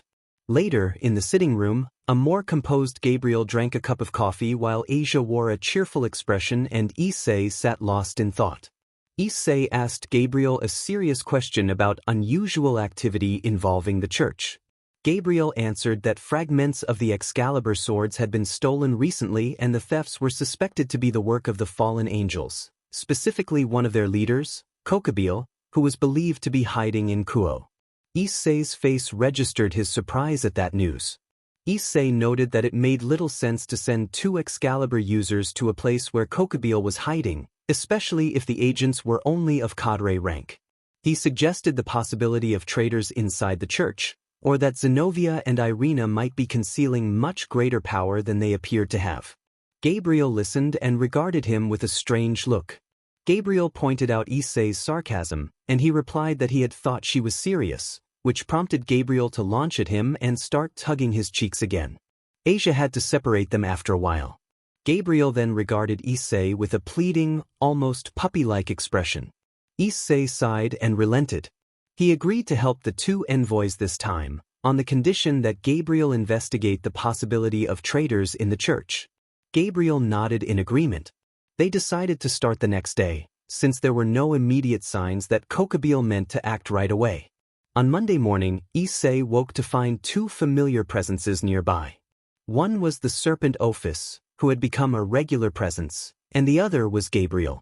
This was the second time Gabriel had been that close to him. After freeing himself, Issei went about his routine. He sat with Asia as she enjoyed breakfast and watched Ophis and Gabriel descend the stairs. Gabriel was noticeably flushed. Issei remarked that he did not mind waking to find two girls beside him each morning, but he found it odd that Gabriel, as an angel, would be so familiar. Ophis intervened and stated calmly that Gabriel could not fall to impure thoughts. Gabriel added that her father cared for her greatly, which was why she was the only angel who could not fall in that way. Asia listened in surprise while Issei's mind wandered briefly before he shook it off. It was time to leave for school. At Kuoh Academy, classes had ended when Issei sensed two presences approaching the campus. He and Asia headed to the occult research club room, where they greeted everyone and took their seats. Rias wondered why Issei and Asia had come earlier than usual, but did not press the matter. Issei felt strange as he sat. Kaneko was nearby eating a sweet, which was normal, and everything else seemed as expected. After a few minutes the club door rang and Rias gave them permission to enter. Two hooded figures stepped inside and removed their hoods, revealing Irina and Zenobia. Rias immediately noted that their holy power had given them away and asked why two church envoys were here. Irina and Zenobia looked toward Issei, who smiled because Kaneko had given him one of her sweets. Irina asked whether Issei had not once said he was not a demon, which left everyone in the club confused while Issei continued to enjoy the candy. Issei wondered aloud if he had something on his face and touched his cheek, then sighed and explained that he was not a demon. He was here to make sure the others did not do anything reckless. Zenobia asked for clarification about what he meant by anything reckless. Issei began introductions to clear the air. He explained that the girl sitting on his lap was Kaneko Tuju and that she was a demon. He identified the girl at his side as Asia Argento and stated that she was human, telling Zenobia to stop staring at her. He introduced Akino Himejima as the vice president and a demon, and Rias Gremory as the red-headed leader of the occult club and sister of Mao Surzek's Lucifer. He added that one more person was expected to arrive soon. The room reacted with stunned expressions. Rias asked Issei to explain the situation further. He summarized that Cadre Kuoh had stolen fragments of Excalibur and that Irina and Zenobia had been sent by the church to recover those fragments. He explained that the church wanted demons to stay out of the mission because Excalibur fragments were harmful to demons and they feared demons might ally with the fallen angels. Irina and Zenobia exchanged surprised looks at Issei's explanation. Rias swore by House Gremory that she and her servants were not allied with the fallen angels and would not be, answering the concern directly. Issei glanced at her, remembering Azazel's proposal of an alliance between angels and demons and noting that such a promise might not hold forever. Issei suggested a practice match before the envoys left. He stood while Kaneko remained seated on the couch. Kiba arrived in the doorway and glared at the swords Irina and Zenobia carried. Everyone in the back of the club watched as Issei faced Irina and Kiba faced Zenobia. Issei set the rules: no lethal blows and no intent to cause permanent harm. He admitted he had once mistaken Irina for a boy, and she immediately attacked, launching the practice bout. Irina explained that she used to dress in a more androgynous way, which had caused the misunderstanding, and the fight intensified. They had shared some private moments before, which explained their familiarity, but the exchange remained focused on training rather than anything more. Irina flushed and asked him not to mention those memories as she continued to press her attacks with greater speed and force. Meanwhile, Kiba and Zenobia matched each other blow for blow. Zenobia increased the power behind her strikes, and Kiba began to show fatigue. Issei noted that Kiba's 10 days of training had improved his speed, but Zenovia's mastery and experience were proving decisive. Zenobia shattered Kiba's sword and her blade was about to strike when Issei suddenly intercepted, catching the Excalibur fragment with his hand. And surprising both Zenobia and Irina. He reminded everyone of the no-lethal rule as he held the blade, then released it, causing Zenobia to lose her balance. Issei then laid out some simple rules for while the envoys remained. Do not destroy anything and do not start a fight. Zenobia, Irina, Asia, and Ophis sat at a table eating spaghetti while Zenobia questioned why he was so insistent. Issei said it was due to matters from the past and glanced briefly at Ophis, who ignored the conversation to focus on her food. Later, Issei recapped the fallout. He announced that he would be away for a while and was frustrated that things had already gone wrong. Irina had passed out at his house and Kokobile now possessed a new Excalibur fragment. He crossed his arms and waited for responses. Sona stepped forward and told Issei that she and Rias would handle the punishment of their servants. Saji trembled in fear, and Sona dismissed the spectacle and took charge of the disciplinary matter, leaving a brief pause before the next events unfolded. When Sona made that remark, Issei raised an eyebrow, bracing himself as the situation with Saji unfolded in front of him. He watched tensely but kept his thoughts to himself. Issei then asked Rias what he had just heard, and Rias only sighed in response. Rias confessed that she could not believe this was happening and wondered aloud where Kiba might be, then announced that Kaneko would receive her punishment. The punishment was administered quickly and without incident. Issei glanced at Asia, who stood nearby with her head bowed and responded to him respectfully. Akino insisted that, as Asia's guardian, Issei should accept his own reprimand. The matter was handled swiftly. The group fell silent for a moment before attention turned to the larger danger. Kaneko bore a few wounds from the earlier battle and acknowledged that they needed Issei's help urgently. Rias confirmed that Issei had vanished without warning, exhaustion weighing on her as she held the scythe infused with the power of destruction. At Kuoh Academy, a protective barrier now enveloped the campus, maintained by the Citri group so the battle raging inside would not spill out into the city. Kokobile stood outside the barrier with a twisted smile, taunting the gathered demons. He crowed that with the death of God revealed, the human allies had crumbled and that the time had come to ignite a new war. Raising his hand, he conjured a great arrow of light and unleashed it toward the Gremory group. Kiba, who had awakened his sacred gear, was exhausted from his confrontation with the fanatic priest. Asia and Zenobia remained stunned by the report of their god's death. As Kokobile's attack closed in, a curtain of smoke billowed, and the demons prepared for the worst. Before Kokobile could savor his triumph, the smoke thinned and a defensive barrier took form, shielding the demons and the two human girls. Rias could not hide her surprise at the appearance of the barrier. Gabriel had arrived in time, standing before the group with a protective ward that held the attack at bay. No one spoke until Asia suddenly launched herself at Gabriel and clung to her, tears pouring down her face as she begged Gabriel to deny the terrible rumor that had spread.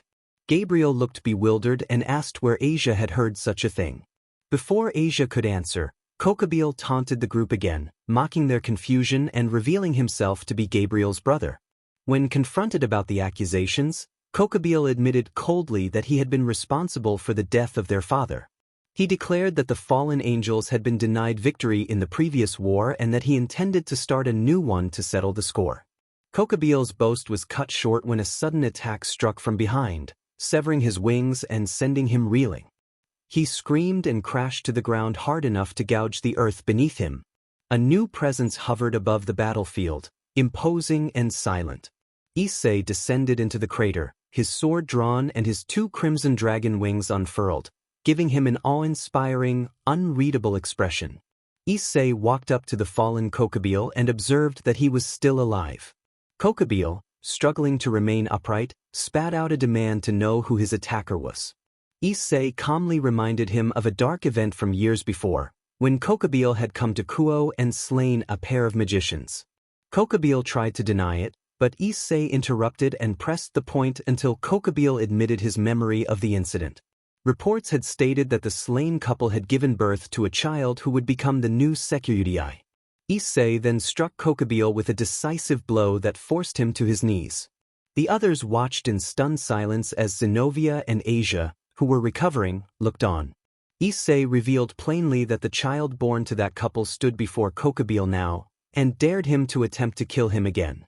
Kokubile's eyes widened with dawning realization as Gabriel and the others connected the pieces. Before Kokubile could recover, Issei struck out and disabled one of Kokubile's arms, rendering it useless. Kokubile howled in outrage and pain, but Issei cut him off with a single, terse command to be silent. The battlefield held its breath as the confrontation reached a tense, suspended moment. Having done that, he silenced Kokubile with a precise strike that left him unable to speak. Kokubile could not cry out and could only em from the pain.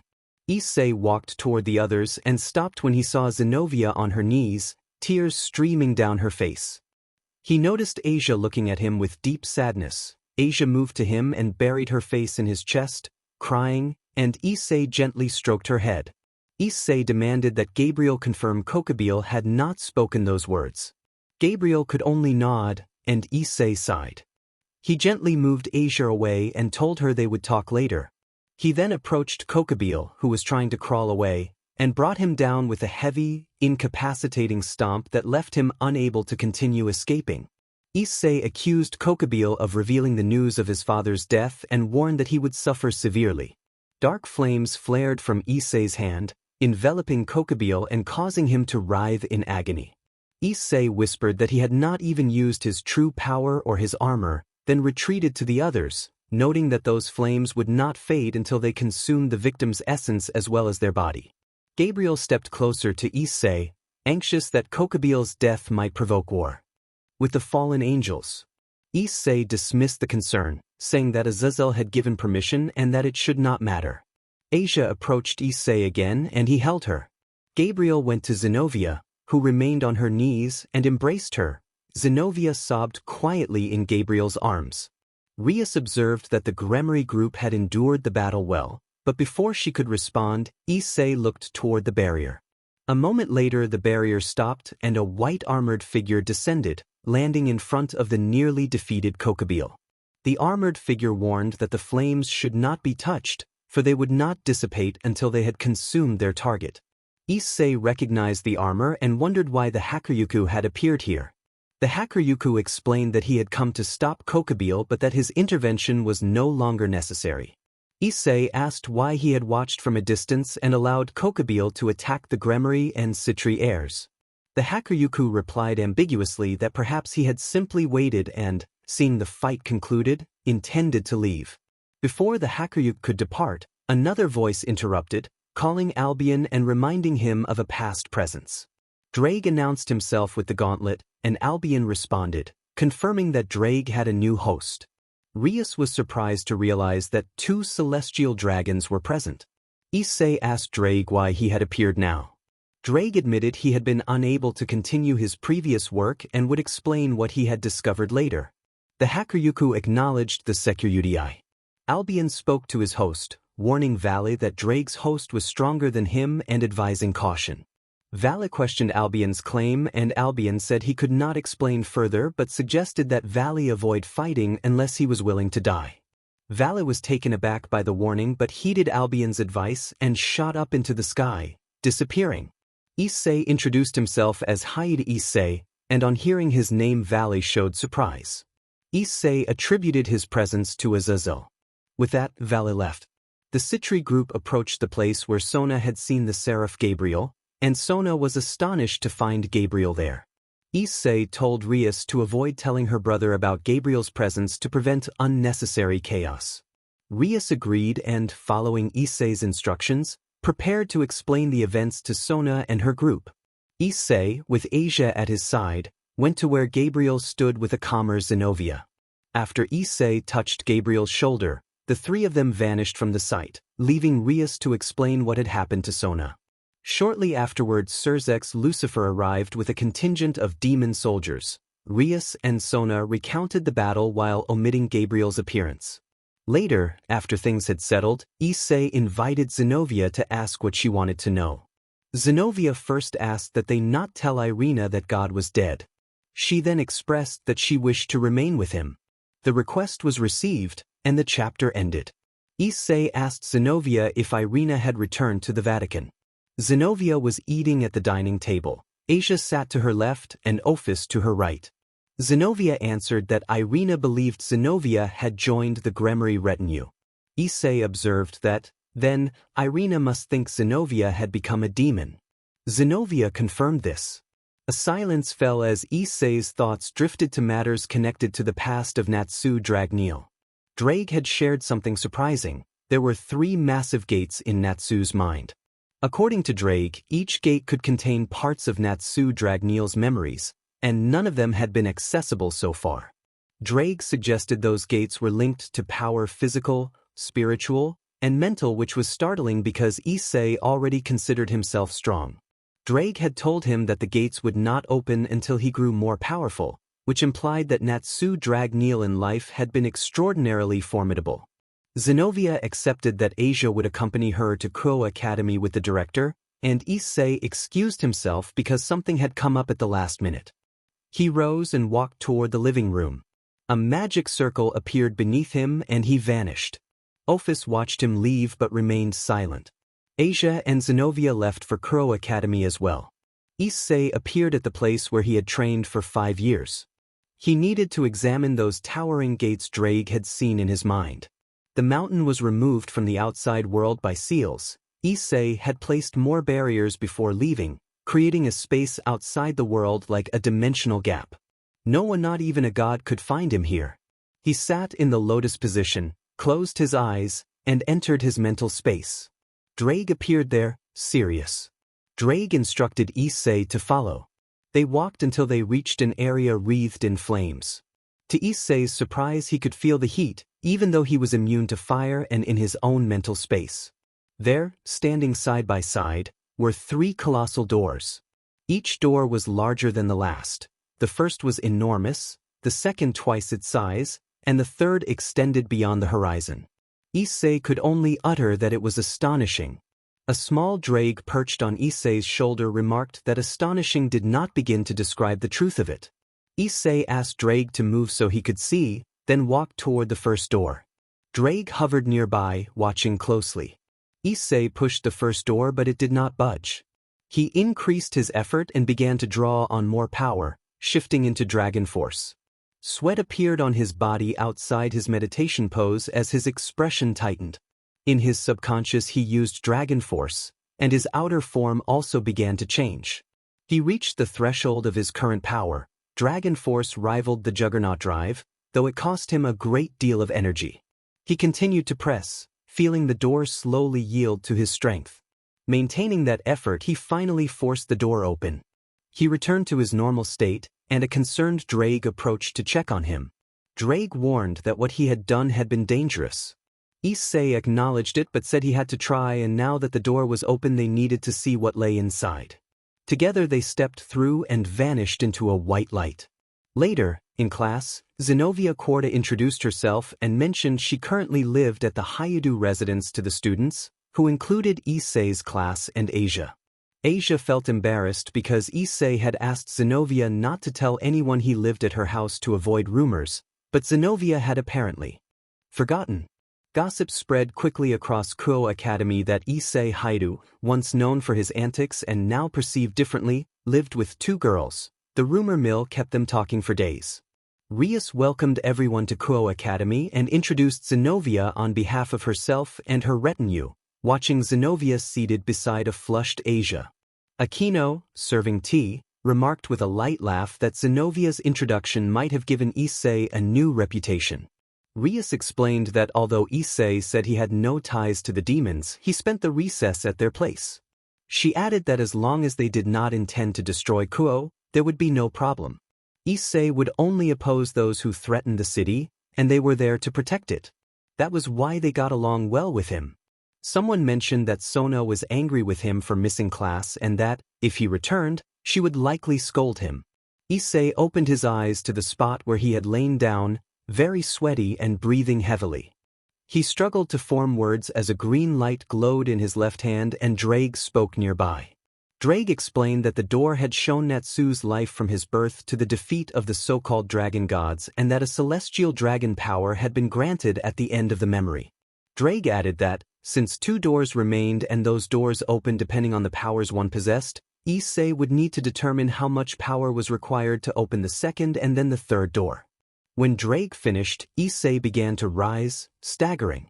Issei admitted that he did not truly know the answer but resolved that he must keep improving because something told him he would need more power in the future.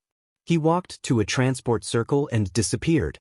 Later at Issei's house, a strange light had appeared in the bathroom and Issei had been found unconscious. Issei opened his eyes slowly and saw Office at his side as usual. He took in Zenovia nearby and realized he was disoriented among friends. They quickly adjusted to avoid further embarrassment and covered the confusion. A short time later, the group headed downstairs when a delicious smell reached them. At the dining table they found meat, fruit, cereal, watermelon juice, and coffee. Issei emerged from the kitchen and Asia ran over to embrace him, which nearly caused him to drop the pancakes he was carrying. Asia had been worried and had tears in her eyes. Issei responded by gently stroking her head to reassure her. Office observed quietly, sensing that Issei's power overflowed around him but saying nothing. The next morning, while walking to school with Asia and Zenovia, Issei's enhanced hearing picked up other students whispering about his living situation.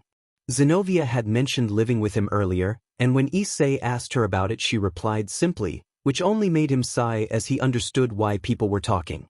At his seat in class, Issei hoped the day would pass quickly.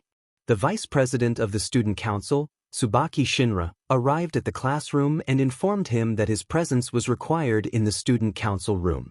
His teacher instructed him to go.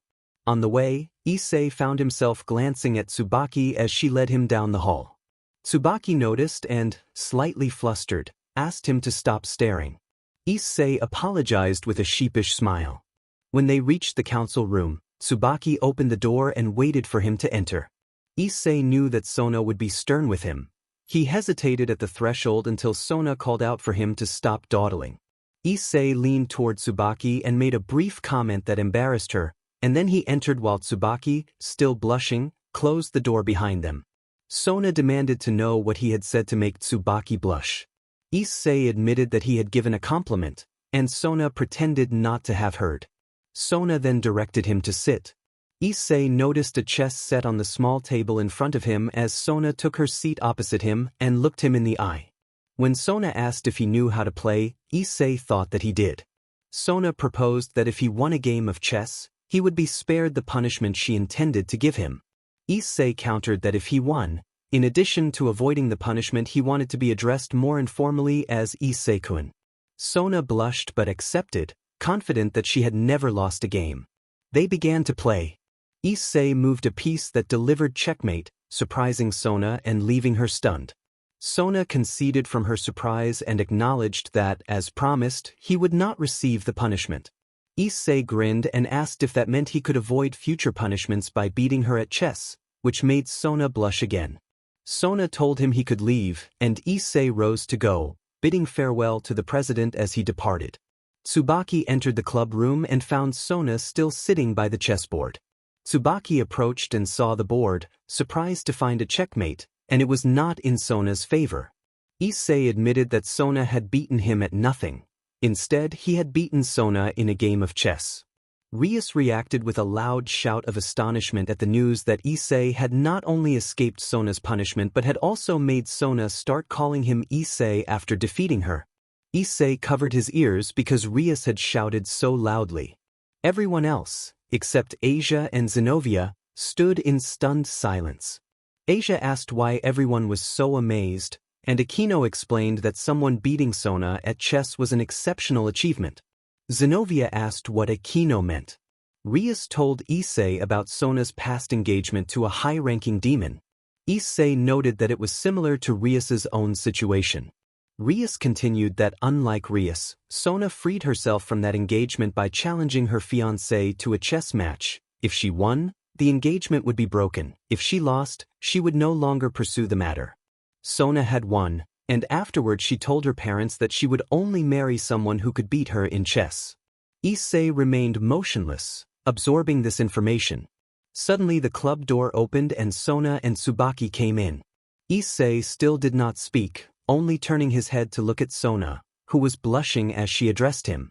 Sona acknowledged that he had beaten her at chess and, being a woman of her word, said that he must now accept the responsibility that came with that result. Kiba thought Issei might have fainted and checked him, but Issei did not respond. Kaneko, seeing this, quietly sat in Issei's lap. Later, Issei sought clarification about the meaning of the chess match. Did beating Sona now make him her intended? Sona confirmed this with embarrassment. Issei reminded everyone that she had been the one who challenged him to the game. Before Sona could answer, Tsubaki explained that at the academy only a few students, Rias, Akino, and Tsubaki herself, could hope to beat Sona, so Issei's victory was unexpected given his usual academic performance. Issei admitted that he usually earned only the grades needed to pass and was not particularly interested in high marks. He said he had no objection to being Sona's intended, but wanted to ask Sona something first. Issei recalled that Drake had once told him that, as his host, he sometimes emitted subtle signals that attracted women. He worried aloud about the possibility of developing a harem in the future and whether that was likely. Sona understood where he was coming from and responded that he was correct to be cautious, and that she also would not want to be with someone for whom he had no romantic feeling. Issei's comment made Sona fear he did not care for her, and she began to feel downcast. Issei quickly said that whether they developed romantic feelings would depend on both of them trying. He wanted to see if mutual feelings could grow. Zenobia then mentioned that she might also try to develop romantic feelings for Issei. Akino reacted playfully and joined in as well. Ria stood up, determined, and declared that they would all strive to win Issei's affection. Issei could only respond in surprise. Asia blushed and said she would also do her best. Kaneko, still sitting in his lap, quietly agreed. Tsubaki did not join the competition. She already had someone in her heart and remained apart from the others' plans. The girls in the room decided to try to win Issei's love, with Tsubaki remaining quietly reserved. The chapter ended on that note. Issei later regretted coming to school that day as he rested his head on his desk while the teacher lectured. Drake asked him internally why he had not stayed home, and Issei thought it was because Asia and Zenobia would have come and he did not want to leave them alone that day. The teacher assigned a sculpture project using molds on their desks. While Issei watched his classmates, he inadvertently shaped a figure with his clay. Motohama admired the figure that Issei had created and called it beautiful, which drew the attention of the class and the parents observing from the back. Matsuda offered to buy the sculpture, presenting some money, but Issei felt embarrassed by the commotion and declined, saying the piece was not for sale. When he said that, many were disappointed. Issei watched the figure he had made unconsciously and recognized her, Urza Scarlet, whom he remembered as part of Natsu's group, a strong-willed, red-haired woman, beautiful and dangerous when angered. As he walked down the halls with Zenobia and Asia, he tried to avoid meeting Demon King Seraphal Leviathan. Sona had warned him before that Seraphal already knew of her defeat and wanted to destroy whoever had defeated her sister, so Sona had urged him to do everything possible to avoid an encounter. Issei was so lost in thought that he did not notice someone approaching. Only his instincts allowed him to react. He dodged with a leap and spun in the air, landing on his feet. A girl dressed like a magical girl had attacked him, but he had narrowly avoided the blow. The magical girl declared that although he had dodged this time, she would hit next time. Issei, Asia, and Zenobia were confused, and then Sona and Tsubaki appeared and stepped in front of Issei. Issei asked Sona to explain what was happening. Sona explained that the attacker was her sister, Seraphal Leviathan. At that realization, Issei suddenly ran away, leaving everyone present in shock. Seraphal yelled that she would not let him escape and immediately began to chase Issei. Sona started running to stop her sister, and Tsubaki followed. Asia and Zenobia did not understand what had just happened, but they assumed Issei would be fine and continued on their way. Issei sprinted for his life, weaving through students, parents, and teachers until he nearly collided with Rias and Akino, who were surprised by his sudden arrival. Rias said that since he was here, she wanted to introduce her parents, and two people stepped forward. Issei first shook hands with the man, who introduced himself as Zeoticus Gremory. The woman introduced herself as Venelana Gremory and greeted Issei. Issei returned the courtesy with a smile. Another man approached and introduced himself as Zeref Lucifer. Issei recognized him as the Demon King and asked if he could help. Zeref asked how he could assist, and Issei pointed toward where Serafal was coming from. Rias, Aquino, Zeoticus, Venelana, and Zeref all followed his gesture and saw Serafal approaching, with Sona and a tired Tsubaki trailing behind. Zeref asked Serafal why she was pursuing Issei. Serafal replied that she would teach a lesson to anyone who tried to take her sister away, which made Sona blush and cover her face. Issei hid behind Rias, peeking over her shoulder, but a fierce look from Serafal made him duck back out of sight. Serafal warned him not to hide and threatened consequences while pointing a wand at him. Issei suggested they try to speak like civilized people. Serafal began to refuse, but Sona quickly and decisively tapped Serafal on the head to stop her. Sona winced and said that it had hurt. Sona then pleaded with her sister to leave Issei alone. Sona bowed politely and excused herself, followed by Serafal, who tried to continue the conversation. Tsubaki also bowed and left. Issei sighed in relief and wiped the sweat from his brow. Rias asked Issei to stop hiding behind her, and she teased him gently about his choice of hiding place. Asia and Zenobia arrived shortly after. Issei introduced Rias's parents, Zeoticus and Venelana Gremory, and Zeref Lucifer. The group felt a moment of awkwardness at the formal introductions. Azazel then joined them by the water, pulling on his fishing rod. Issei triumphantly reeled in a large fish while Azazel only caught an old boot. Azazel joked about luck and skill, and Issei laughed. Azazel said that an alliance meeting would be very useful and that he wanted Issei to attend, because as the current Dragon King, Issei's opinion would carry considerable weight. He reminded them that Kokabil had once wanted to start a new war and warned that while the angels claimed to want peace, factions among them and among the demons were not so inclined. Azazel added that holding such a meeting at Kuoh Academy would attract the attention of those who did not want peace. Issei and the others listened seriously to the warning, and the question of who would oppose the meeting hung in the air. Azazel spoke seriously and explained that the Chaos Brigade was a coalition made up of several factions, including demons, fallen angels, the heroes faction, yokai, and others. Issei sighed, cast his fishing rod back into the water, and asked Azazel how he knew so much about them. Azazel asked the question directly. Issei answered that when he had been on a mission to eliminate a renegade demon, a man named Chow Chow had appeared in person carrying the true Longinus and had offered Issei a place in his faction.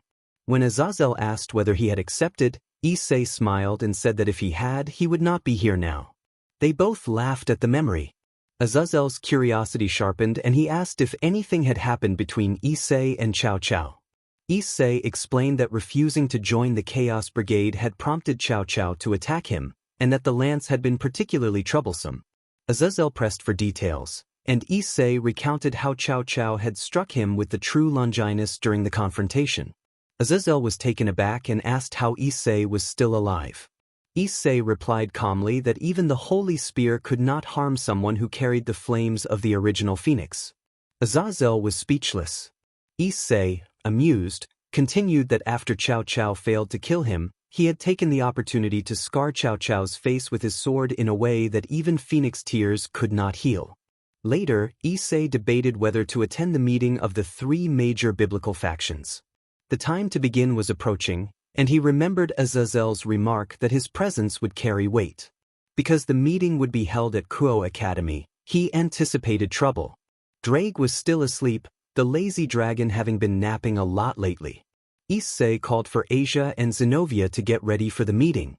The two, who had been watching TV with Ophis, nodded and went to change into their school uniforms.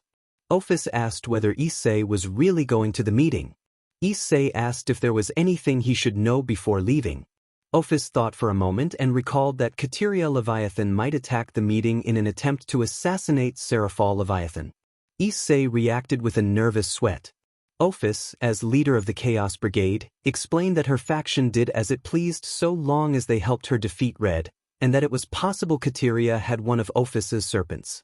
Issei asked what benefits the serpents provided, Ophis answered that they could enhance physical and magical abilities. Asia and Zenobia descended the stairs in their Kuoh Academy uniforms. Issei told Ophis there was food in the refrigerator and not to eat it all.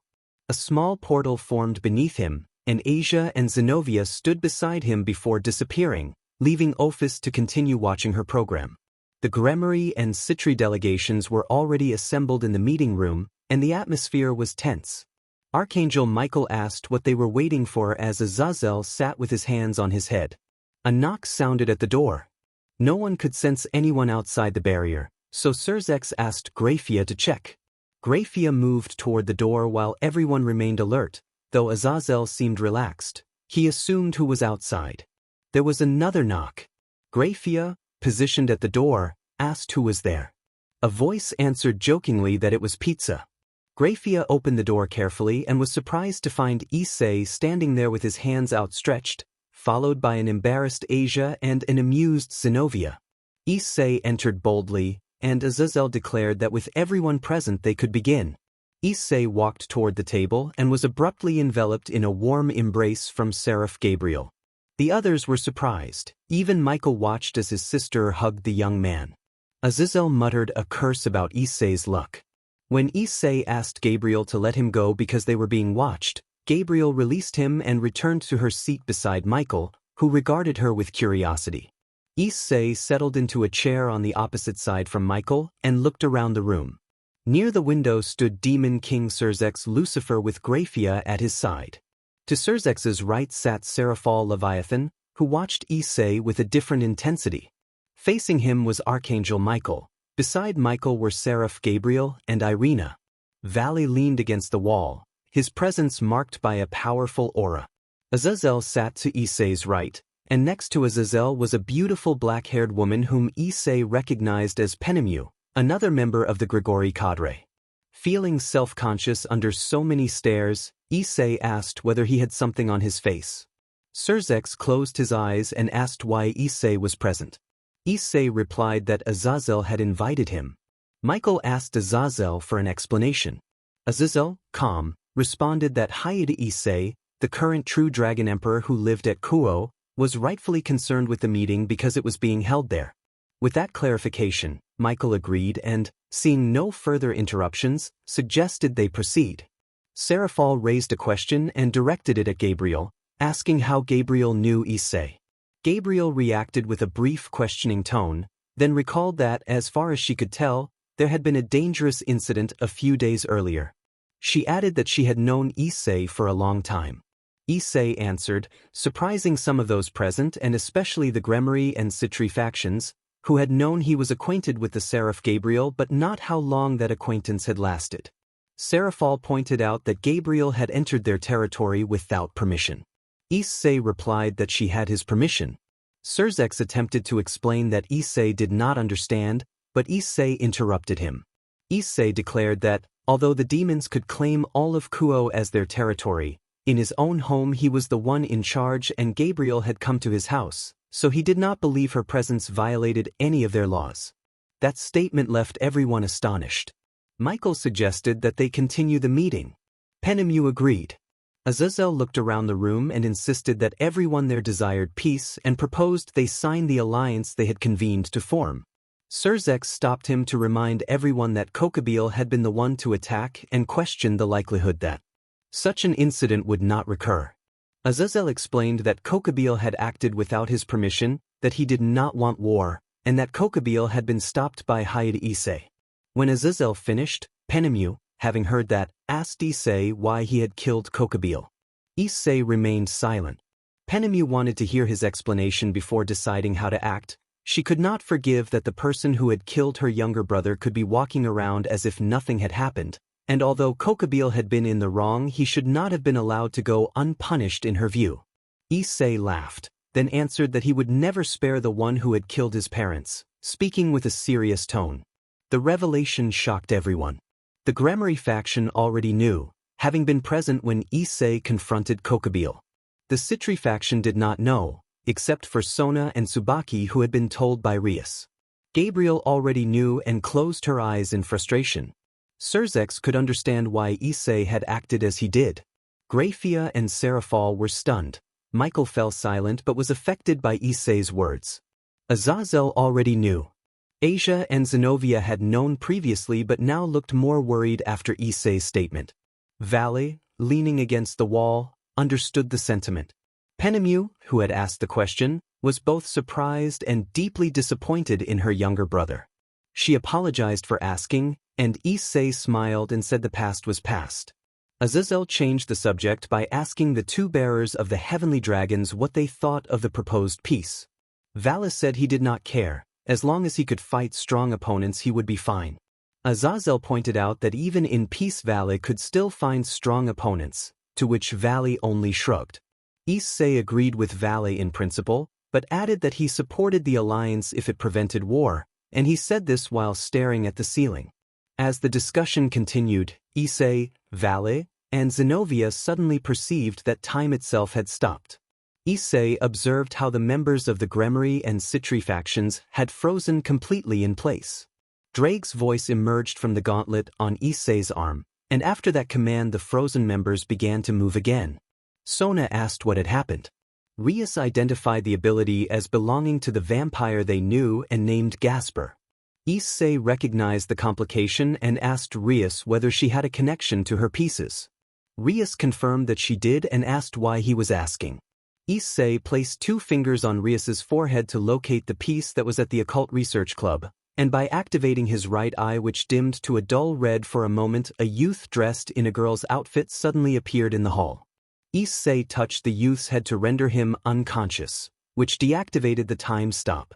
Rias asked how he had done that, and Issei told her not to ask. Rias thanked him. Issei watched as Vale, clad in his armor, began to defeat the attackers one after another. Members of the Gremmery and Citri factions, along with Irina and Zenobia, joined the battle and helped overcome the mages more quickly. A woman then made an appearance and observed that their plan had not gone as intended. Serafal confronted the newcomer, recognizing her as Kateria and asking why she was there. Kateria declared that the false demon lord would meet her end and produced a snake-like creature which she absorbed, drawing attention. Azazel announced he would handle Kateria, unfolded 12 fallen angel wings, and rose into the sky to confront her. Kateria taunted Azazel and shifted into combat stance. She unleashed fast, demonic attacks that Azazel barely managed to dodge. Azazel then asked whether it was true that the leader behind the Chaos Brigade was Ophis Ouroboros. Michael reacted with concern, calling it bad news that a dragon goddess might be leading a terrorist group. Sona asked whether they were talking about a terrorist organization. Serzex explained that while they had known a faction tied to the ancient demon lords was involved, they had not known who led it. The organization included multiple races and had carried out a series of minor attacks that had gone unnoticed. Learning that Ophis might be the leader considerably complicated the situation. Serzex watched Azazel struggle against Kateria. Issei listened quietly, occasionally glancing at Vale as Vale's aura fluctuated between restraint and a desire to intervene. Seeing that he could not overcome Kateria by conventional means, Azazel resolved to use a powerful technique he had prepared. Azazel pulled a strange weapon with a purple gem from his shirt and raised it. A sudden light flared and briefly blinded Kateria. Issei noted that he could feel the aura of a dragon and observed that something significant was happening. Drake identified the aura as belonging to the Dragon King Fafnir and chided Issei for sleeping too long. When the light faded, Azazel stood revealed in dull yellow armor studded with purple crystals. Issei recognized the armor as similar to the scale mail, and Rias asked if anyone knew what Azazel had done. Rias explained that Azazel had apparently formed a contract with the Dragon King Fafnir. Her gaze shifted to Vale, who remained in his armor even though the other mages had already been defeated. The fight continued. Kateria stretched both arms forward and produced extra limbs from her fingers aimed at Azazel. She seized Azazel's left arm and for a moment it seemed he might retaliate, but the additional arms were suddenly engulfed in searing energy and vanished like ash. Azazel was taken aback by the sudden turn of events. Asia, standing beside Issei, turned and discovered Kateria gone. She then saw Issei standing behind where Kateria had been, his hand resting gently on her back and two intense red dragon wings unfurling from his shoulders. Kateria could not respond before a burst of overwhelming energy consumed her and she disappeared. Issei dismissed her as a nuisance and intercepted a strike aimed at him from Valley. Azazel demanded to know what Valley was doing. Valley replied that he had simply joined the winning side, and he pressed his power, trying to force Issei back, but Issei held his ground. Issei called Valley by name, and with a sudden surge of force he sent Valley flying some 10 meters away. Valley announced his lineage and proclaimed the difference between them. Issei a human, Valley a semi-demon bearing the blood of the first Lucifer. Azazel realized that Issei had almost attacked him and registered surprise. Urged Issei to finish Valley, pointing out that Issei had the power to stop the current Hakuryuku. Issei considered the possibility but recalled Ophus's words. Valley had been someone Ophus had cared for within the Chaos Brigade, and killing him would be like taking something precious from her, even if she did not show it. Issei vanished from sight and reappeared behind Valley, delivering a powerful kick that sent him crashing into the ground and gouging out a crater. Issei taunted that a technique had been cancelled as Valley's armor fractured, blue crystal fragments scattered and began to fade. Issei's right eye gleamed briefly. He plucked one of the crystals into his hand, and with a subtle motion he stored it in a pocket dimension to prevent it from disappearing. Valley rose slowly, his armor in ruins, and looked up to see Issei hovering with those crimson dragon wings. Valley resolved to use a forbidden power. Albion warned him to be careful, but Valley affirmed his decision. As he began to invoke his chant declaring his awakening, claiming the mantle of the celestial dragon and proclaiming an ambition to become the white dragon of supremacy, the protective barrier around the academy shattered. A man carrying a staff fell to the side of the battlefield. Issei recognized the newcomer as a descendant of Sun Wukong and expressed surprise. The newcomer, Biko, explained that he had been sent because the situation had escalated and they needed assistance. He supported Valley on his shoulder, and with a shared glance toward Issei the two of them vanished from the field. Issei descended to the ground and was embraced by Asia. After she released him, he joined the assembled leaders. Azazel acknowledged Issei's strength with a wry remark. Issei replied that he would oppose anyone who came to cause trouble in Kuoh. Zeref said that they had discussed terms among themselves while Issei had been engaged with Valley, but Serafal interrupted to remark on Issei's decisive handling of the confrontation. Issei wondered when Serafal had come to favor him. Michael proposed that Issei serve as the public face of the alliance. Issei shrugged off the request but agreed that if they wanted to use the image of the Security to preserve peace, they could do so. Some of the leaders smiled at that, and the agreement was signed. Zeref smiled as the matter was discussed. Issei raised an eyebrow and asked why everyone was here, reminding them that he had agreed to let them use his image but wondering why they were staying. He looked at Rias, Aquino, Kaneko, Sona, and Irina and added that Asia and Zenobia already lived here and Gabriel came and went as she pleased, but he was puzzled about Serafal's presence. Sona stepped forward and explained that Zeref's Lucifer, the Mao, thought they would all be safer if they lived in Issei's house. Issei accepted that reasoning but asked for an explanation about what had happened to his house, and noted that, as far as he remembered, Serafal was not a Mao. Serafal, hearing the conversation, decided to respond. She said that since Soten would be living with Issei, she had chosen to live here as well, although she did not spend much time at the house because of her responsibilities as Mao, she could not bear for the other to be here without her. She then pointed at Gabriel. Gabriel merely laughed. Serafal moved closer to Gabriel and bumped foreheads with her in a playful challenge. Issei lightly tapped both of them on the head in a scolding, anime-style gesture, insisting that if they lived here they should not fight. Both women nodded in agreement. Rias added that Aniissima had thought the house would be too small for everyone, and that offering the mansion was also a way to show gratitude for Issei's help with the Kokobile matter. Issei sighed at the thought of how quickly the detection seals had been removed and a mansion acquired. Drake encouraged him to see the extra space as a good thing.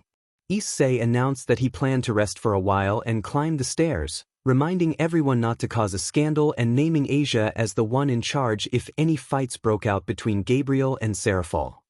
He then went to his room, remembering that Ophis had not appeared in several days.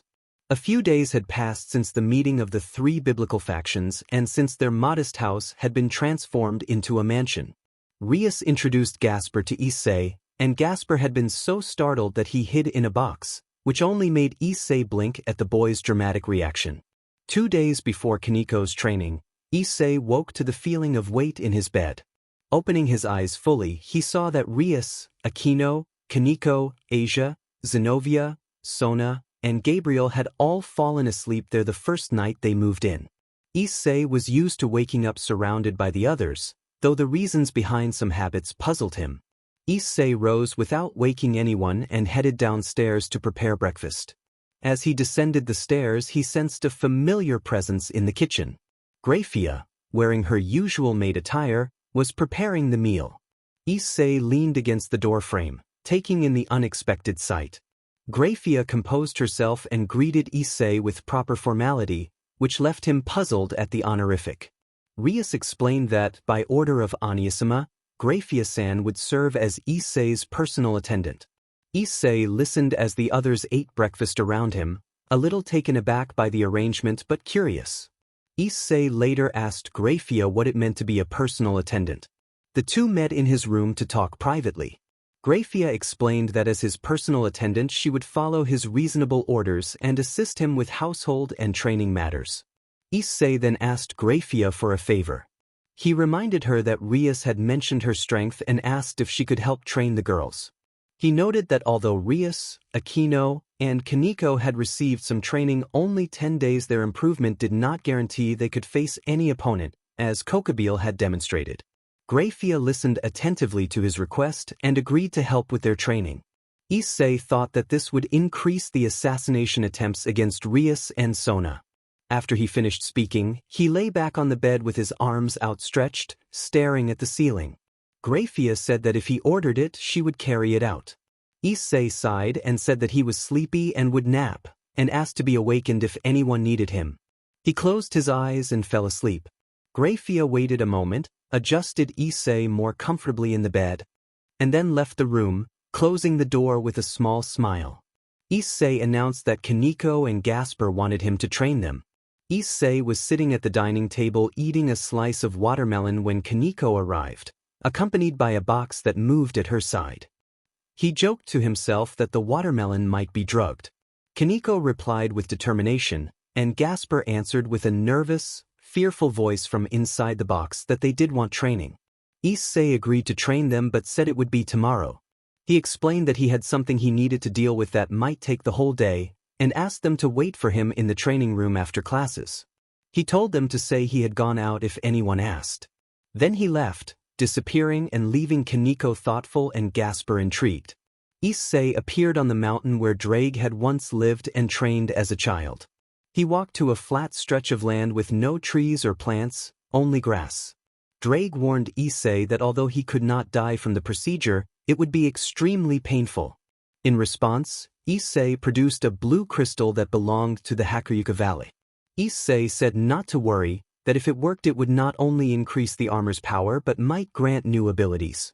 He added that, in order to open the second door he needed more strength, and that he and Drake had been training in his mind each night to strengthen him mentally, which explained why he had been sleepy in class. With that, Issei formed a gauntlet on his left hand and placed the blue Hakuryuku crystal, which his gauntlet absorbed. At first he felt nothing. Then a sudden, intense pain in his chest forced him to his knees as he clutched his heart. He did not cry out. He endured the pain, trusting that his flames would heal any internal damage this might cause. Several minutes passed before the pain began to subside. Issei rose to his feet, breathing heavily, taking long, steady breaths. When he looked at his hands, he found a new white gauntlet with a blue gem embedded in it on his right hand. Issei observed that it seemed to have worked and asked if Drake was still there.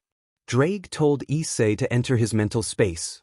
Confused, Issei closed his eyes and slipped into his mind, arriving in the place where Drake awaited. Inside his mind, Issei walked through a landscape of flames but could not locate Drake at first. Drake then spoke from behind, and Issei turned, surprised to find a majestic black dragon with purple eyes, darker underparts, and enormous wings, far larger than those of a heavenly dragon. Issei asked Drake what had happened to cause this change and remarked that the dragon now looked remarkably imposing and much more powerful. Drake said he might have an explanation. Issei asked Drake to shrink because it was difficult to see him at that height. Drake obliged, shrinking down to perch on Issei's shoulder as Issei sat on the ground of his mental space. Issei then asked for the explanation. Drake suggested that when Issei absorbed the blue orb from the Hakuryuko armor, it had not only fused with the boosted gear but had also mixed with Issei's phoenix power. Issei reflected that his phoenix flames could be classified into 4 forms: yellow, red, dark, and white. Drake admitted that he had not known that. Issei clarified that his left eye housed the phoenix power, and that Drake could not usually enter that part of his mind. They began to walk and then vanished, reappearing in a different area. Drake found the place unfamiliar.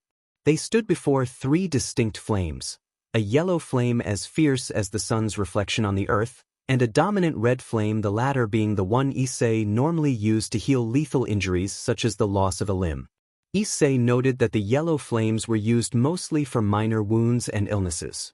Drake also observed 2 other regions, one where a black flame, like the void of the universe, roiled and grew like a stormy sea beyond control, and another where a white flame lay calm yet powerful, like a serene sea that invited immersion. Issei snapped his fingers, bringing Drake out of his reverie. Issei walked alongside Drake, who hoped not to be drawn into such a place again. Drake asked what the place was, and Issei stopped to explain that they were inside his left eye. Issei said that he had entered this space not long ago when they opened the first door and both had fallen unconscious. In that moment, the phoenix had appeared and told him that this site was the source of his power, 4 flames surrounding the space, with the yellow flame being the one he used most and the red flames reserved for healing catastrophic injuries.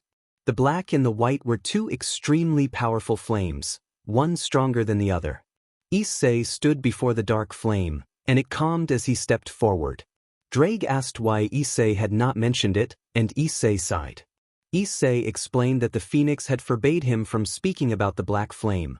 The phoenix had warned that if Issei could not control it, the flame would consume him. After seeing Drake's appearance and hearing his explanation, Issei had come to understand more. Drake launched into the air while Issei stretched out his hand toward the black flame. Nothing happened, and Issei watched as the yellow and red flames faded away. Drake asked what was happening, his voice edged with concern.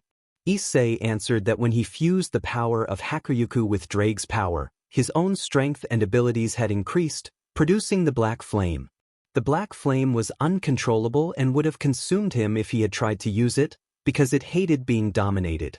Now, since his power had grown, the flame would no longer be so capricious and could accept a stronger wielder. Issei made the flame disappear, and Drake returned to perch on his shoulder. Drake then inquired about the white flame. Issei turned his gaze toward the white flame, which seemed calm on the surface, and explained that despite its appearance it was far worse than the black flame.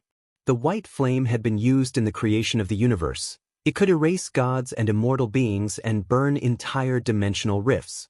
Not even the most powerful dragon god could escape it. The white flame would consume existence until nothing remained, leaving no heaven or hell, no place for the soul. Issei began to walk, and in an instant they reappeared where they had been before. He added that Drake's altered appearance was the result of fusing with part of the black flame's power. Drake pointed out that, while Issei had explained the other flames, he had not fully explained the black flame. Issei admitted he thought he had. He clarified that the black flame would not be extinguished by ordinary means. It was similar to Drake's eternal fire except for one terrifying difference. The black flame did not consume instantly. Instead, it tortured as it burned, prolonging suffering until its victim became an empty shell, at which point it would consume them and turn them into part of the flame forever, with their soul vanishing into nothingness. Elsewhere, in a realm of complete darkness, another scene unfolded. In that void a small flame provided the only light. A figure knelt with head bowed, eyes closed, bound by chains around the neck, arms, and legs. He could not move. Behind him, a cage the size of a building loomed, faintly illuminated by the small flame.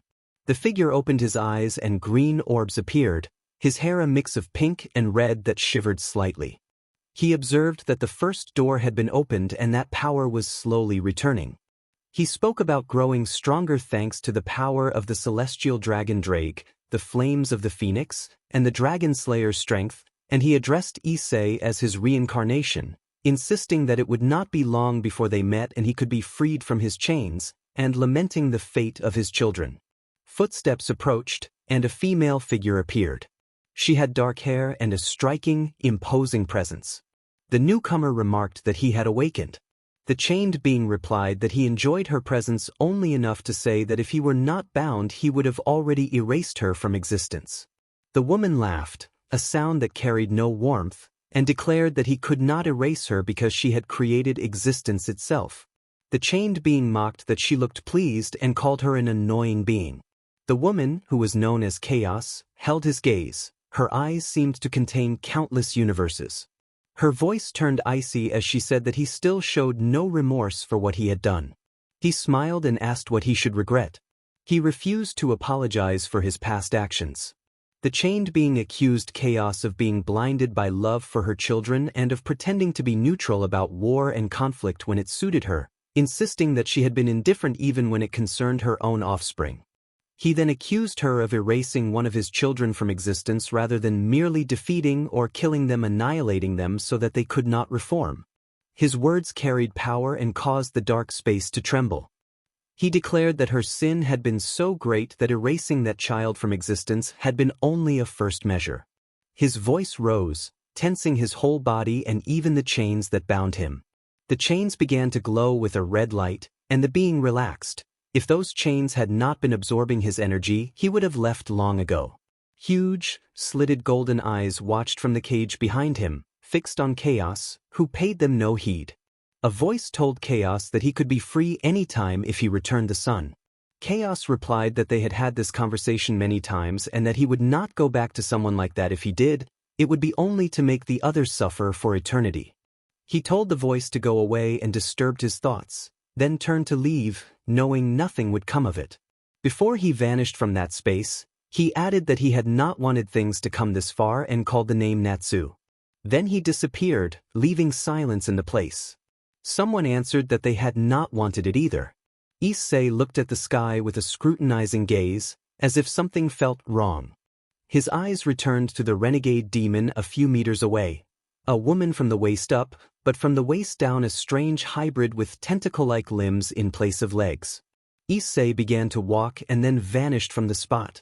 The renegade demon turned to dust. He found himself back home, specifically in his bed. Closing his eyes, he intended to sleep, but felt a weight at his right side. Opening his right eye slightly, he saw that Kaneko was there. Issei closed his eyes again and drifted toward sleep. After sealing the traumatic memories that had prevented Kaneko from using her senjutsu properly, she had improved a great deal. Although she was stronger than before, she was not yet whole. Until she fully overcame her past, her senjutsu would not reach its true potential. Issei often wondered what had driven Kuroka to kill her former master, though he knew Kuroka had her reasons. He remembered the day he had met her. He had been walking along a narrow path, trees all around, with a distant cabin as his destination. He had been hired to eliminate a renegade demon that was said to be kidnapping children from a nearby village. Standing before the cabin, he felt a hungry, violent presence emanating from inside. He entered and found a horrifying scene, a man attacking a small child. Issei acted without hesitation and neutralized the threat. The child was no longer in danger. Outside, he summoned a small ball of fire and cast it, letting the flames consume the cabin until only ash remained. Later, Issei sat on a fallen log watching a black cat lounging on a rooftop. He knew the cat was not ordinary. Expanding his senses, he detected that he was surrounded by several people. He counted them silently, 2, 3, 4, then 9. Issei rose from the log and walked into the forest behind him, moving on until he reached a small lake. He had distanced himself from the village on purpose. If a fight broke out, he did not want the townspeople to be harmed. Standing at the water's edge, he felt someone approach and turned to see a handsome young man with short black hair. The newcomer wore a hybrid outfit that blended a Japanese school uniform with elements of ancient Chinese clothing. Issei calmly asked whether he should know the name of the man watching him. The newcomer stopped a few meters away and identified himself as Cao Cao. Issei suspected that Cao Cao or his companions had brought the renegade to the cabin. Behind Cao Cao stood a beautiful woman in a black kimono. What stood out were her cat ears and the two tails peeking behind her. Cao Cao smiled and remarked that it was curious to find a human killing renegade demons outside of any faction. Issei replied dryly that the question he had asked had not been answered. Cao Cao stepped closer and asked for Issei's name. Issei said that his name was not public interest. Cao Cao noted that he had given his own name and questioned why Issei would not do the same. Issei bluntly suggested that Cao Cao was careless with his name. For a moment, Cao Cao's smile turned to a frown, which Issei noticed. Cao Cao then said that he belonged to the heroes faction and, in fact, was its leader. Issei paid little attention to the claim. He was more interested in the spear Cao Cao carried. A serious voice from within warned that the weapon was the true Longinus and that Cao Cao was dangerous. Cao Cao continued, explaining that Ophis Ouroboros, the infinite dragon goddess and leader of the Chaos Brigade, had sent him to recruit Issei. Given that Issei rarely used his real name on missions, he thought it hardly surprising that the dragon goddess would know his capabilities. Cao Cao asked again whether Issei would join. Issei answered simply, no. Cao Cao reacted by launching his spear, striking the ground and creating a large crater. He declared that the answer was a bad one. Issei leaped back, evading the attack, ready for what would come next. That was what Cao Cao said as he emerged from the dust raised by his attack. Issei hovered in the air. His clones, created before arriving, had already dealt with the other opponents, but the clone that had pursued the cat girl had been defeated. Cao Cao rose to face Issei, who had not activated his gauntlet in order to keep his identity as the Security hidden. Cao Cao suggested leaving matters as they were because he had to go. When Cao Cao spoke, Issei dodged the spear. Cao Cao tried to land a blow, but Issei parried and evaded with practiced skill. After a while of trading maneuvers, Issei noticed annoyance in Cao Cao's expression. He still had not managed to land a hit. Cao Cao demanded that Issei stop moving, and Issei retorted that he should stop attacking. Issei returned to the ground intending to create a teleportation circle to leave, but an attack came from behind the cat girl had struck. Issei turned and felt a sharp impact in his chest. A spear had struck him. Cao Cao seized the brief distraction, moved with sudden speed, and struck again from behind, the spear hitting Issei's torso. Cao Cao withdrew the weapon expecting Issei to fall. Issei suddenly manifested his sword and slashed across Cao Cao's face, leaving a severe wound from the left eye down to the mouth. Cao Cao staggered, clutching his face in pain. Issei had imbued the cut with Dragon Slayer power, and the strike forced Cao Cao back. Issei leapt into the sky, his right eye glowing a deep red before he vanished. Kuroka watched in astonishment, seeing the sequence in which Cao Cao had struck Issei and then Issei had sliced Cao Cao's face. Issei reappeared near a village, fell to his knees, and passed out. When he came to in a bed, Issei sat up and felt his chest. The wound was gone. A young woman sat beside the bed. Issei recognized her as the girl who had accompanied the spear-wielding man. She explained that she had borrowed a house from a villager for his recovery. When Issei asked if she had killed the owner, she replied that she had not and had only put the man to sleep with senjutsu until Issei recovered. The woman introduced herself as Kuroka and asked for his name. Issei gave his name and attempted to contact Drake, but found he could not reach him, which confused him. Kuroka explained that she had been sent with Cao Cao's group on orders from Ophis because, as a censor, she could locate him. Nevertheless, she claimed she did not truly side with Cao Cao's faction and disliked how they looked down on non-humans. She smiled and said she had no qualms about them. Issei still could not communicate with Drake, and although he no longer felt pain in his chest, he did not have the power to leave.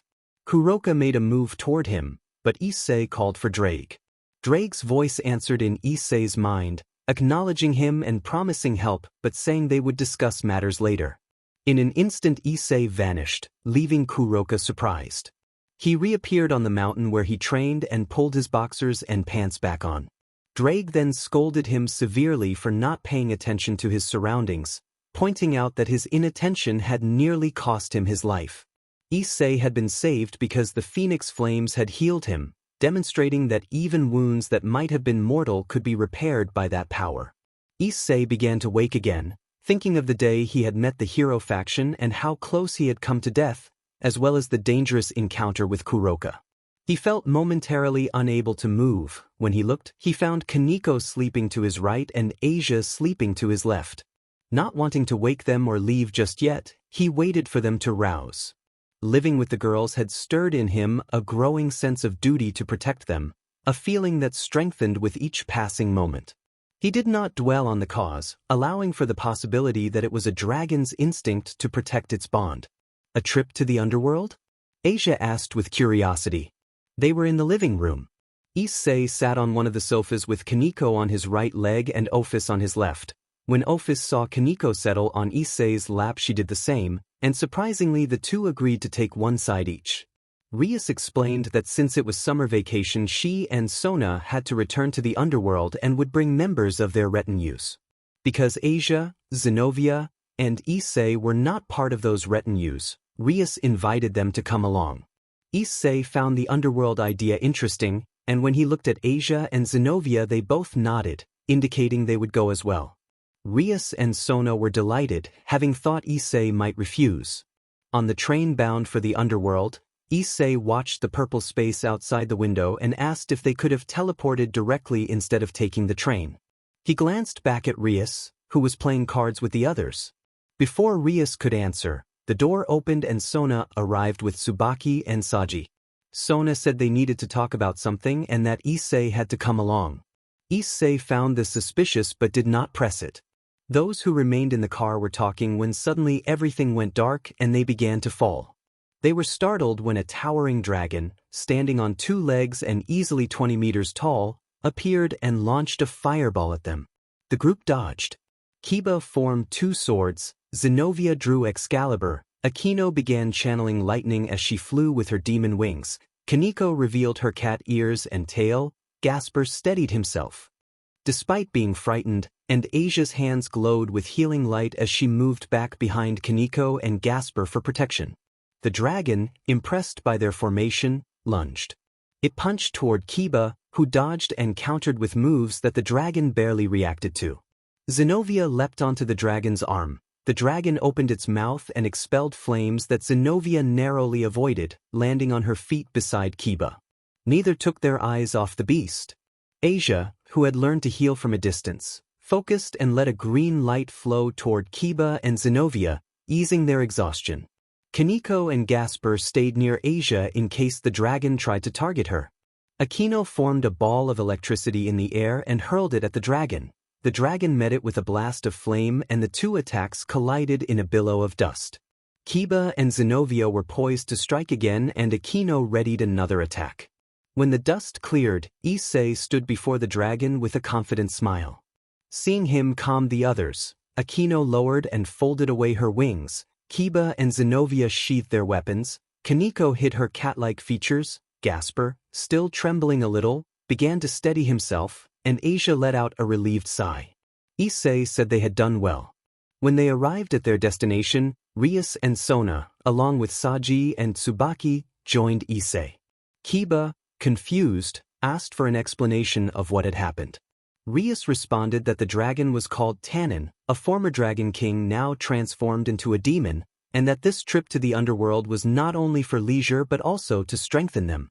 The exercises were tests to see how well they worked as a team and to gauge their individual strengths. Issei laughed and praised everyone, saying they had done very well. Zenobia asked Issei if he had known about the test. Issei said he had not. Rias and Sona had explained it to him after they left the compartment. He added that he would not have minded a fight with Tannen another time. The dragon looked back at him, and Issei returned the sentiment, saying he would be up for a duel sometime, but that it would have to wait for another occasion. With a small smile, Tannen flew off, leaving them behind. After a while Issei stood between Rias and Sona to clarify plans. He asked if he would visit Rias's house first and then Sona's. Sona confirmed and said she would come visit him later. She gave him a quick, friendly peck on the cheek before running off. Rias, flustered, responded with a brief, embarrassed hug. Issei stood there for a moment, surprised. Drake teased Issei that the girls were more forward than he had expected, and Issei, sheepish, began walking toward the others. Later, Issei arrived at Rias's mansion with Asia and Zenobia and was impressed by the grandeur. Inside, 2 lines of maids greeted them, and Issei's imagination briefly wandered to a silly fantasy of being served by all of them. He snapped out of it when he heard an unfamiliar voice and saw a small boy hugging Rias. The boy looked about 10 years old. Rias introduced the boy as Milikas Gremry. Milikas stepped forward, bowed, and introduced himself politely. Zenobia commented on how adorable he was. Rias whispered to Issei that he had an admirer. Issei whispered back that he should make a good impression. They continued into the mansion, the visit unfolding with warm introductions and the promise of more to come. He whispered again, introducing himself as Haye to Issei and offering his hand while kneeling. Milikas returned the handshake and introduced himself politely. A beautiful blonde woman in a maid outfit suddenly stepped forward and greeted the group. Issei recognized Serzex's scent in her. Milikas smelled similar, and Issei guessed she must be his mother. Rias then presented the woman as Kuoh, the wife of Aniissima and Milikas's mother. Kuoh took Milikas's hand and said that Rias's parents were waiting, and the group followed her as she began to walk. When they opened a door, Issei saw Rias's parents, whom he had met at Kuoh Academy on Parents' Day. Issei waved and offered a friendly greeting. Zeoticus Gremry welcomed him warmly. Rias addressed her parents, and her mother, Venelana Gremry, suggested they save serious talk for dinner and asked Rias to show the guests to their rooms so everyone could relax. Rias led them to their rooms. Issei went into Rias's room because he wanted to talk to her. Rias, blushing slightly, asked what he wanted to discuss. Issei asked when she and Sona had begun to be so direct with him. Rias, growing even redder, indicated she meant the kiss that she and Sona had given him and asked in a softer tone whether he had liked it. Issei admitted that he had enjoyed the gesture but was mainly curious when they had agreed to be more forward. Rias explained that Grafia had been giving them advice on being more direct, and that Gabriel had offered suggestions as well. Issei expressed surprise that Gabriel would give that kind of advice while casually browsing a one-piece volume on Rias's shelf and noting her interest in Japanese culture. The room held shelves of manga and figurines, confirming his observation. Rias smiled and said she had been interested in Japanese culture since she was young. Issei stood in front of her and told her he liked that they were direct. Rias's face flushed as he had come close. He found the moment endearing and gave her a brief, affectionate peck on the tip of her nose before heading for the door, saying they would see each other at dinner. At dinner, everyone sat in their places. Issei was seated next to Rias and Asia. During the meal, Zeoticus asked Issei if he would consider becoming engaged to Rias. The question made Rias visibly flustered and surprised the others. Rias reacted by calling out to her father in shock. Issei calmly asked what would happen if he refused. Zeoticus began to explain how the underworld worked, but Issei interrupted, saying he already understood the mechanics. What he did not understand was why Rias's parents, who should look after her happiness, would consider pressing her into an engagement with someone she did not love. Issei looked Zeoticus in the eye and held his fork as he spoke. Zeoticus admitted they had been wrong to arrange the engagement, but explained that the decision had been made by the council, which handled most matters regarding young demons' engagements.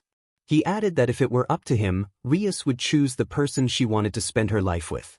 Rias rose from the table and left for her room without speaking. Issei stood, apologized to those present, and went after her. In her room, Rias lay face down hugging her pillow. Issei entered, sat at the side of the bed, and she thanked him.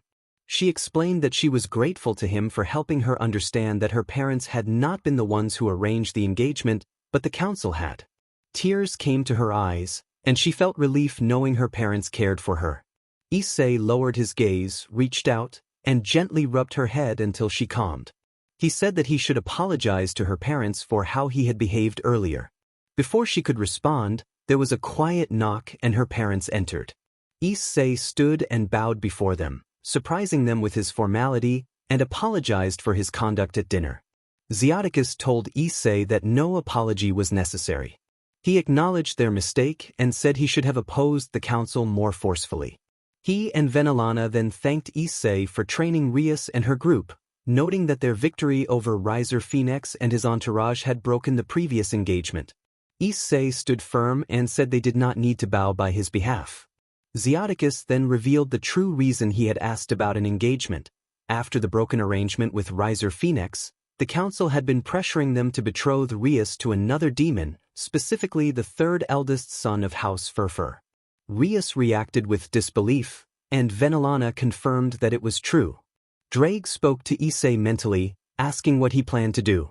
Drake added that, from what he knew, the Demon Council was composed of ancient demons who had fought in the previous war and whose power was comparable to the Demon King's. He also noted that Serzex was a super demon and that, to confront him, it would likely take 5 of the Council's 10 demons working together. Issei thought about the engagement. Drake told him that he would accept the commitment rather than wait to be won over.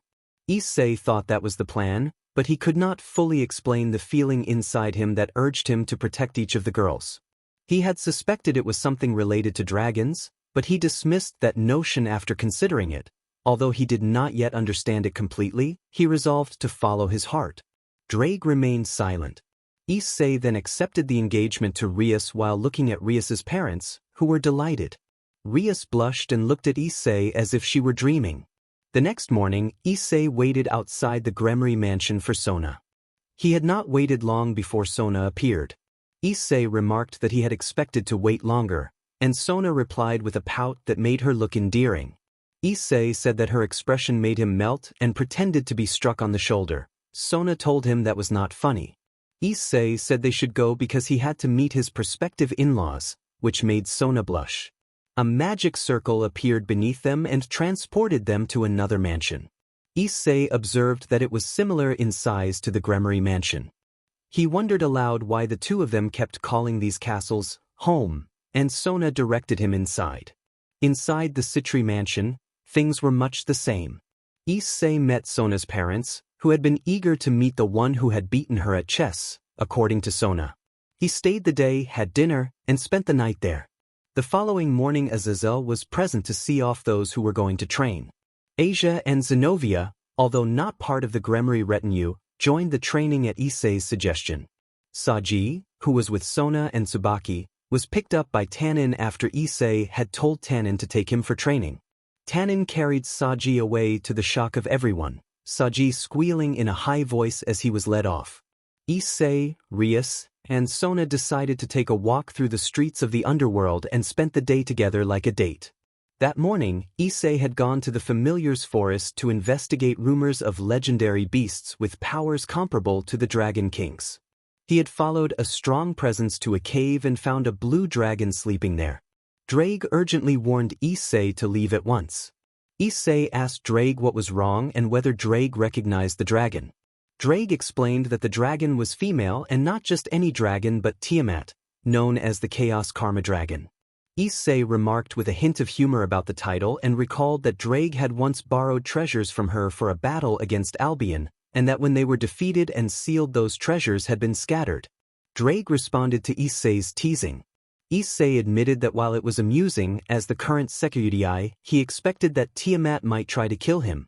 As Tiamat opened one eye and began to stand, Issei greeted her politely and raised a hand in a saluting motion. Tiamat reacted by swiping a claw, and Issei leapt back to avoid it. Tiamat challenged him, snarling that she smelled Drake on him. Issei humorously sniffed his own armpits, then asked her to stop attacking him as she lashed out with her tail. Tiamat demanded to know who he was and why he carried Drake's scent. Issei stepped forward calmly and introduced himself as Hyde Issei, the current Sekirudii, and listed some of his abilities and titles. He also admitted, with sudden embarrassment, that he had once joked about having a large circle of close companions before wondering why he had said it. Upon hearing that Issei was a dragon slayer, Tiamat took a step back, alarmed. She asked in a frightened voice whether he had come to kill her on Drake's behalf. Issei immediately denied that he had come to kill her and explained that any issues she had with Drake should be settled with Drake himself. He said that he had come only because he had felt a strong presence in the cave that turned out to be her. He deliberately lowered his power to show he meant no harm. Tiamat calmed somewhat and acknowledged his explanation. Issei then offered to settle Drake's debt to her. He produced a magic circle that manifested a pile of gold, jewels, and rare items he had collected on his travels, items he admitted he had appropriated from their original owners. Tiamat inspected the treasure and decided that with this payment Drake's debt to her was settled. Issei asked if she would now help him with something. Tiamat agreed to assist him. Tiamat had led Issei to a lake and explained that a great turtle lived there, a creature that could control the waters on a level comparable to the Greek god Poseidon. Issei had stayed in the familiar's forest those. After gaining the turtle Isabu as his familiar, he had decided to spend more time with it. Returning to the Gremory mansion, he walked toward Kaniko's room because something inside him urged him to go. Ria sat beside Kaniko's bed, watching her. When Issei arrived, Ria stood and embraced him. She and Sona already knew where he had been staying. Issei looked at Kaniko and asked what was wrong. Rias explained that Kaniko had overdone her training. Issei said he had suspected as much. Later, on the balcony, Issei and Rias spoke together. Rias asked why Issei had thought so, whether he had known this would happen. Issei recalled that he had sealed Kaniko's worst memories so she could learn to use senjutsu, though not as strongly as she might if she fully overcame her past. The fact that she had trained too much suggested that something was going to happen. Rias asked if it was something bad.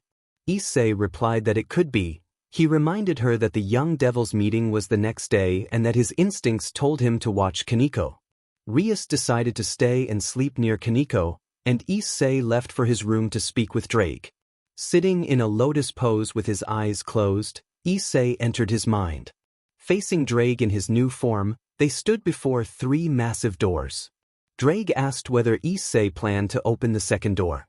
Issei answered that he would not yet. He wanted to measure how much power he still lacked. Drake noted that Issei had plenty of power already, having absorbed the Hakuryuku and mastered the Black Flame. He reminded Issei there was another reason he had come. Issei confessed a growing unease. Everything about his life felt off his role as the reincarnation of an ancient, powerful mage, the responsibility to protect those he loved, and the fact that the original phoenix had given him its flame. He could not tell whether this feeling was warning or gratitude. Drake asked whether that sense of unease was necessarily bad. Issei said it did not feel bad. It felt more like curiosity he could not shake. Drake asked whether the doors were the cause. Issei confirmed they were. Drake pressed him on whether he would open the door now or continue doubting his ability. Issei recalled Drake's earlier words that he should already have the power to open the second door, but decided to wait. His instinct said it would be more exhausting than the first. He resolved to attempt it later, back on the mountain where he had trained. With that decision, Drake vanished and Issei opened his eyes, seeing morning through the window. The young devil's meeting would be that night, so there was time. They walked through the streets of the underworld together, this time with the entire group, Rias, Sona, Akino, Asia, Zenobia, and Kaniko, who looked not quite herself. Before leaving, Rias and Sona had arranged for Kiba and Tsubaki to go on a date. Both had been nervous but agreed to go. They stopped to buy clothes. Issei waited while the girls changed. Zenobia emerged in a blue dress, Asia in a yellow dress, Kaniko in a light blue dress, Sona in a two-toned blue and teal dress, Rias in a red dress, and Akino in a stylish outfit that left Issei noticeably flustered. They proceeded to the meeting place, and Issei kept a close eye on Kaniko as they entered. Walking through the corridors toward the hall where the young devils had gathered, a sudden cloud of dust rose as 2 demons began arguing. Issei found the scene entertaining. Rias thought only he would find the situation amusing. Just as the 2 demons were about to strike, a strong presence arrived. A newcomer intervened, delivering a single powerful blow that sent one of the combatants flying and left a crack in the wall where he had struck. The opponent fell unconscious. Rias then introduced her cousin Serorg Bale to the group. Serorg stepped forward and expressed pleasure at meeting them. Serorg greeted everyone as he moved down the line.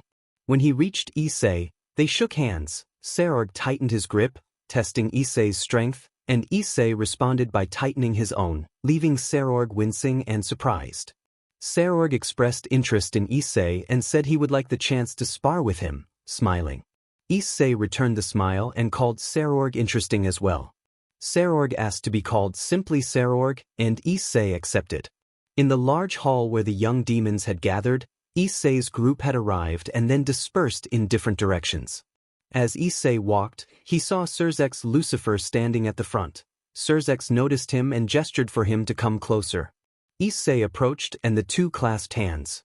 Serzex welcomed Issei warmly. Azizel, standing next to Serzex, teased Issei about not greeting a certain friend, and Issei acknowledged him coolly. Issei looked around and noticed Asia and Zenobia at the food table. He also observed that Kaneko was acting strangely. He had sensed Kuroka's presence in the nearby woods and suspected the catgirl was not alone. Issei knew he had sealed some of Kaneko's painful memories, but Kaneko could still tell something was wrong. He thought that Kaneko needed to overcome her past and that only the one who had caused it could truly help her. Before he could dwell on it, someone embraced him from behind. Gabriel had wrapped his arms around Issei in a playful greeting and teased him. Issei pretended not to know who it was for a moment, then called him Gabriel-chan, prompting Gabriel to let go with a satisfied smile. The Zizel, unsettled by the display, had moved to a corner and murmured to himself. Serzex explained that seeing Gabriel hug Issei had driven him off to that spot. Suddenly, Serafal launched herself at Issei in an exuberant greeting and grabbed him. The unexpected rush left Issei dazed and he briefly fainted. Gabriel and others reacted immediately. Gabriel pulled Serafal away and Sona and her retinue looked on in disbelief. The young demons watched the chaotic scene with surprise. Rias blushed at the spectacle, Aquino found it amusing, and Michael noted that the two were making quite a scene. Serzex suggested to Michael that they should calm things down before it escalated. Issei soon recovered and gave a quick, comical double tap to the heads of Serafal and Gabriel, producing surprised tears and ending the confrontation. The two rubbed their heads and gave a simple, sheepish apology. The tension eased. A glow appeared as an elderly man with a long white beard and a monocle arrived, accompanied by a woman in battle attire. Serzex greeted the old man as Odin, and Michael offered his own courtesy. Azizel, recovered and smiling, teased that Odin was still alive. Odin joked with the gathering, which made the woman at his side, Rosweiss, cry out at the teasing about her romantic life. Issei stepped in to comfort Rosweiss, telling her not to take the old man's words to heart and offering kind encouragement. He introduced himself as Hayudu Issei and asked her to call him Issei. Rosweiss calmed down and gave her name. Gabriel and Serafal wondered aloud whether Issei had been flirting in front of them. Issei intended to continue the conversation, but then he sensed Kaneko emerging from the elevator. Realizing it was time to deal with that matter, Issei excused himself and departed. Moments later, Loki arrived and appeared behind Rias, who had been following Kaneko. Loki greeted the group and Rias reacted with surprise. Rias could not scream because Issei covered her mouth and hushed that they did not want to be discovered. Rias nodded. They stood behind Kaneko, who was staring at a tree branch where a black-haired woman with cat ears and two tails sat. Issei had used a seal to turn invisible along with Rias so they could watch Kuroka. Issei told Rias he would handle the situation and Rias nodded. Kaneko called out to her sister. Kuroka smiled and said she was glad to see Chiron again. Kaneko asked what Kuroka was doing there. Kuroka replied that she had come for Chiron and intended to take her to the Cow's Brigade. Issei noted that originally that had been the plan, but after Ophis left the Cow's Brigade, Valley had decided to leave as well, and Vala's group had departed too. Kaneko heard a familiar voice and turned but saw no one. Kuroka also heard the voice and found it familiar. Issei released the seal and reappeared with Rias. Kaneko ran forward and embraced Rias, who gently stroked her head. Issei greeted Kuroka, who reacted with joyful surprise. Issei admitted to himself that he had not expected that reaction and felt confused. Kuroka teased that he had come because of kittens, and Issei stammered while sensing a cold look behind him. Changing the subject, Issei calmly asked whether Kuroka was no longer with the Cow's Brigade. Kuroka answered no, explained she had planned to come with Biko but had arrived alone, and prepared to move toward Kaneko to teleport her away. Issei whispered that he did not think that would be possible and, before Kuroka could react, used a swift, non-lethal technique to render her unconscious and remove her from the scene. The sudden quiet felt better to Issei, and they prepared to return. He no longer sensed the presence of that god. Rias asked where Kuroka was. Issei explained that he had sent her home where Grafia would know what to do. It was time to go back. Rias asked why Kaneko was acting the way she was, indicating the sleeping girl in Rias's arms. Issei explained that the sealed memories were affecting Kaneko's mind and that, with Kuroka now in their custody, they could resolve the issue and help Kaneko overcome her painful past. Rias said he would have to explain later how he knew Kuroka, and the question gave Issei a chill. Issei placed his hand on Rias's shoulder and they vanished. They reappeared among the others, who, upon seeing Kaneko asleep, asked what had happened. Issei told them he would explain later. He then related that Loki and his son Fenrir had attacked and that Odin had gone in search of Thor's hammer to seal Loki. Serzex, Michael and Azazel watched Issei, but he ignored them. Anticipating their request, Issei refused. He said he understood why they could not go and reminded them that he had only allowed them to use his image as the Securudii to deter any faction from attacking. He had never agreed to join the battle and would gain nothing by going. A character shouted. The narrator greeted. Loki was more confused than he had ever been. This mortal, who had discovered he was the Securudii and who bore the eye of that other being, was beating him. Loki could not form words. The mortal's eyes, once intense red in the right and dull yellow in the left, glowed now with a brilliant blue, brighter than either before. Loki had intended to bring about Ragnarok. Odin, leader of the Norse pantheon, wanted to make an alliance with the biblical faction. Though angels, fallen angels, and demons each called themselves separate factions, all the pantheons saw them collectively as the biblical faction, and that would not change.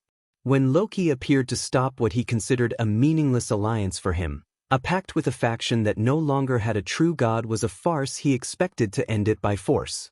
Gods were immortal beings of immense power. If one god died, it should have been at the hands of another and would eventually reform. The biblical deity, however, had never reformed, and there had been only one being in existence who could kill a god without becoming one, preventing that gods return the very man who had once humiliated Loki. According to Loki's knowledge, that man no longer existed. The creator Chaos had erased him from existence, sparing only the dragon gods, and Loki had been satisfied by that. Yet this mortal facing him, to Loki's annoyance, continued to put up a fight. Loki should have crushed him with divine power alone. A god's divine might was supposed to obliterate any mortal witness. Holders of the Longinus could resist divine power in battle, but this mortal, the Securudii, was not wearing his red armor. He had only once revealed a gauntlet that made him the Securudii's bearer. Now Loki watched as Hyuda Issei, with a single arm, guided Thor's hammer. It was not the original hammer. Odin had sent it to seal Loki, though Issei saw killing Loki as sufficient. It seemed the hammer would only seal him.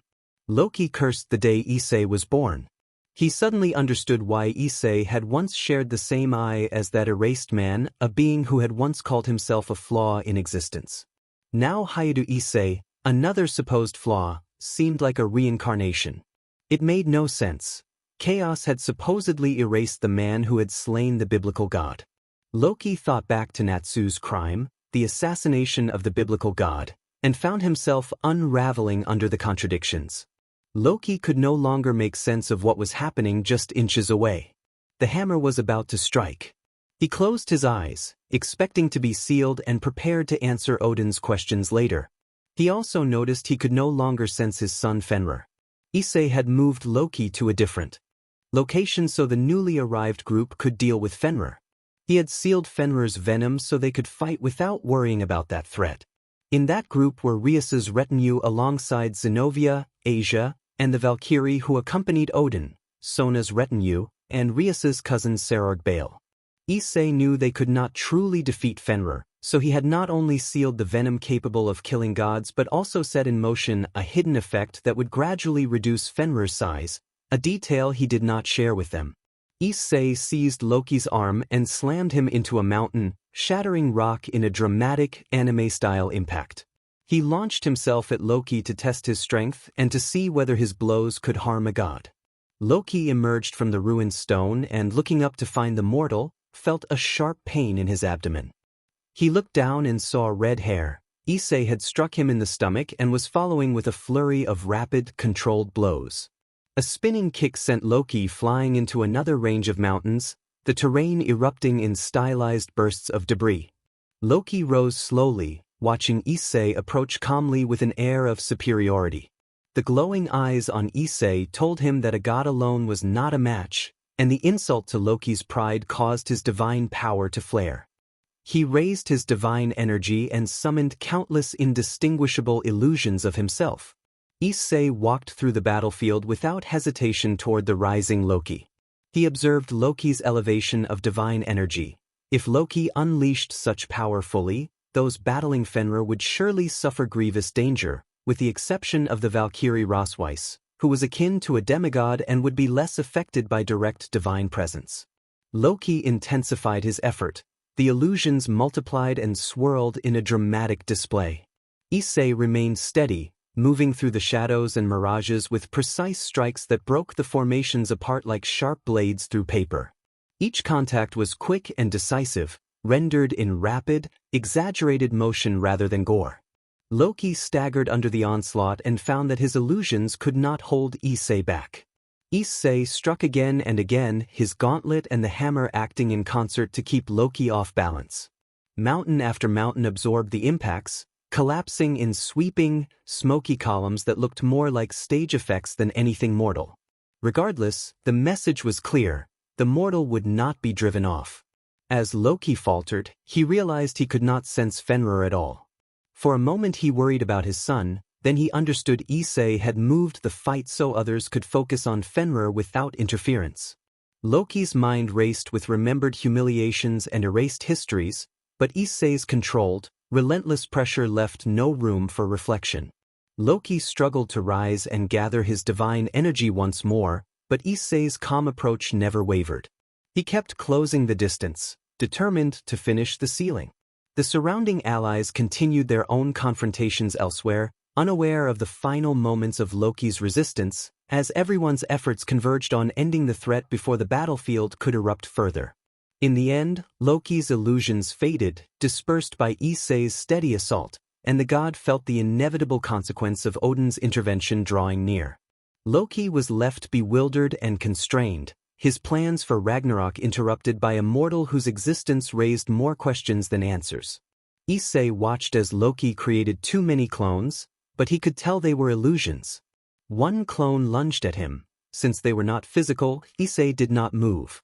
The clone closed the distance until it was almost upon him. Then suddenly its smile became real and a blade flashed near his face. Issei evaded at the last possible moment, a hair's breadth from having his eye struck. For an instant the clone had shifted from illusion to reality, proving Loki could swap places with his copies. The other clones then surged forward. Issei grew serious and began dodging each attack, his eyes tracking every movement as he slipped and retaliated. Every time he attempted to strike, his fist passed through the image, confirming their illusory nature. Frustrated, Issei released a burst of power that scattered the clones, leaving Loki surprised at the mortal's strength. Issei prepared to finish the fight, but the scene suddenly took on a blue tint and the flow of time stopped. He knew this was not Gasper's doing, because he could always sense when Gasper used his power. This stoppage belonged to another. An enormous hourglass formed in the sky, and Issei, the only one who could still move, watched it with fascination. When the hourglass completed, a light enveloped him and the battlefield dissolved into absolute darkness. Even though Issei had exceptional vision, able to see in the dark better than daylight, he found only emptiness. He kept his composure and did not panic. Panicking would lead nowhere. Scanning carefully, he discovered a faint light and moved toward it. As he approached, he was astonished to find someone he recognized bound with dark chains around the hands, feet, and neck. The chains seemed to be drawing power from the captive. Issei stepped closer and realized the prisoner was Natsu, the figure whose presence he barely understood. Issei himself was Natsu's mortal reincarnation. Natsu shifted his head and opened his eyes, and the two regarded each other. Kronos, the personification of time, had visited the prison where chaos had confined Natsu. After speaking with Natsu, Kronos agreed to bring a mortal to him. Knowing that Issei was Natsu's reincarnation and bearer of the phoenix flames and Security's power, Kronos froze time and teleported Issei into the void where Natsu was imprisoned. He returned to his own domains afterward, hoping that chaos would not interfere. Issei demanded answers. Natsu, who had not yet spoken, asked in turn what kind of answers Issei wanted. Issei's eyes shone with intensity, one a deep red, the other a dull yellow, drawing a brief, amused remark from Natsu about the phoenix's influence. Issei, confused and frustrated, pressed Natsu to stop avoiding the issue and explain what was happening and why he felt he did not belong. Issei admitted that he had been overwhelmed by confusing emotions. He had assumed that some dragon-derived influence explained why many women had become close to him, and he remembered being told about dragon pheromones, but something inside him felt different. He had once had a strange, unsettling dream about devotion to a feminine ideal, which he dismissed, and he usually preferred quieter, simpler attachments. These feelings only deepened his sense of displacement. Natsu listened, eyes downcast, knowing he had to reveal the truth of past events and why Issei felt so out of place. He warned Issei that what he was about to say must not leave that place and that Issei could not tell anyone, not even Drake, because time itself had been affected for those connected to him. Issei agreed to listen. Natsu then explained that the life Issei was living was not his first, nor his second, nor his third. This would be your 10th and final life. Those words left Issei speechless. He stared into Natsu's dull green eyes, which showed no emotion except the exhaustion of someone whose chains continually drained his power. The problem with infinite power, Natsu seemed to think, was that it never truly ended. Issei swallowed hard and prepared to ask how this could be his 10th life. He asked with surprise, unable to hide how shocked he was by the revelation. Natsu responded by saying he would explain quickly. He told Issei that in each of his lives he always became powerful and gathered many companions, but every story had an end. That end came when he died in battle at the hands of extremely powerful mechanical beings. In every life, those machines destroyed most of the supernatural world, including beings like Great Red, Ophis, and even the Hindu gods, and Issei himself would fall to the leader of those machines, one of the pillars from the EXE world. He said Issei always died with tears in his eyes, having watched those he loved fall before him. Natsu paused, and Issei urged him to continue. Natsu started again, his voice soft. He began to say that in 3 of those lives there had been particularly horrific events involving the suffering of Issei's companions.